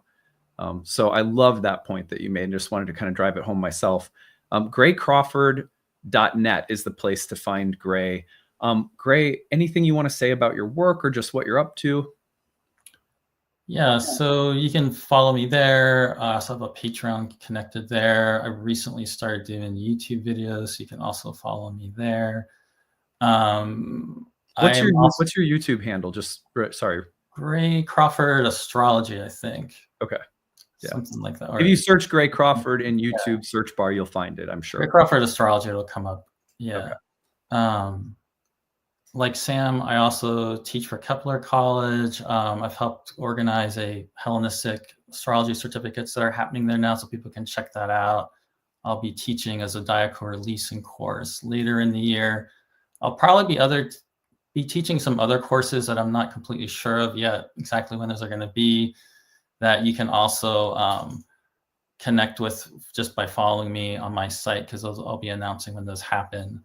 I'm currently doing one with actually Jason, who was just here. I know we're going to do another one later in the year together, which is sort of an experiential astrology course online that's connected also with like chart work and stuff. And it's been a really cool collaboration that we've been doing so far with that. I will also be at UAC speaking with y'all next year. So yeah, thank you. I've really enjoyed being here with all of you. Absolutely. Thank you so much. Sam, I'm forgetting. I think I started with you, didn't I? You did. Yeah. Okay, good. I'm just like, I want to make sure I didn't mess up. Okay, good. So everybody out there listening, we hope, you know, this is just our offering, and it's fun for us to collaborate. And it's also hopefully a service that we can do to people, whether you're studying and learning from this or taking it in on the level of, you know, what's going to happen? What do I do with this? But either way, we're just really glad that you were all here today. We peaked at something like 850 people in the live stream at once, maybe about an hour ago. It's been kind of slowly dwindling as we've been closing this down. But a lot of people said, I hope you guys will do this again. It feels to me like, yeah, like, of course we should do this. Even maybe just once a year, coming together and looking at some of the biggest transits of the year and getting groups of astrologers together like this, because it's amazing. I really felt like we were pinging things off from each other that maybe we can't do sometimes alone, even though I would tune into any one of these astrologers' content for good guidance, good thoughts, good reflections. But there's something magical that happens when we all get together and things start bouncing around too. So I'd like to try to do this again for sure. Okay, well, on that note, I hope you all have a great rest of your day. If you want to stay in touch with things that are happening at Nightlight, the best way to do that is to check out nightlightastrology.com. There are transcripts of these daily talks and videos. This live stream will eventually have a transcript that'll be there, so you can find that. Our upcoming year one program starts June 22nd. So there's some new courses that are running you can check out on the website. We hope also that if you haven't yet, you'll give a like and subscribe. That definitely helps the channel grow and gets the word out there. So we appreciate all of that.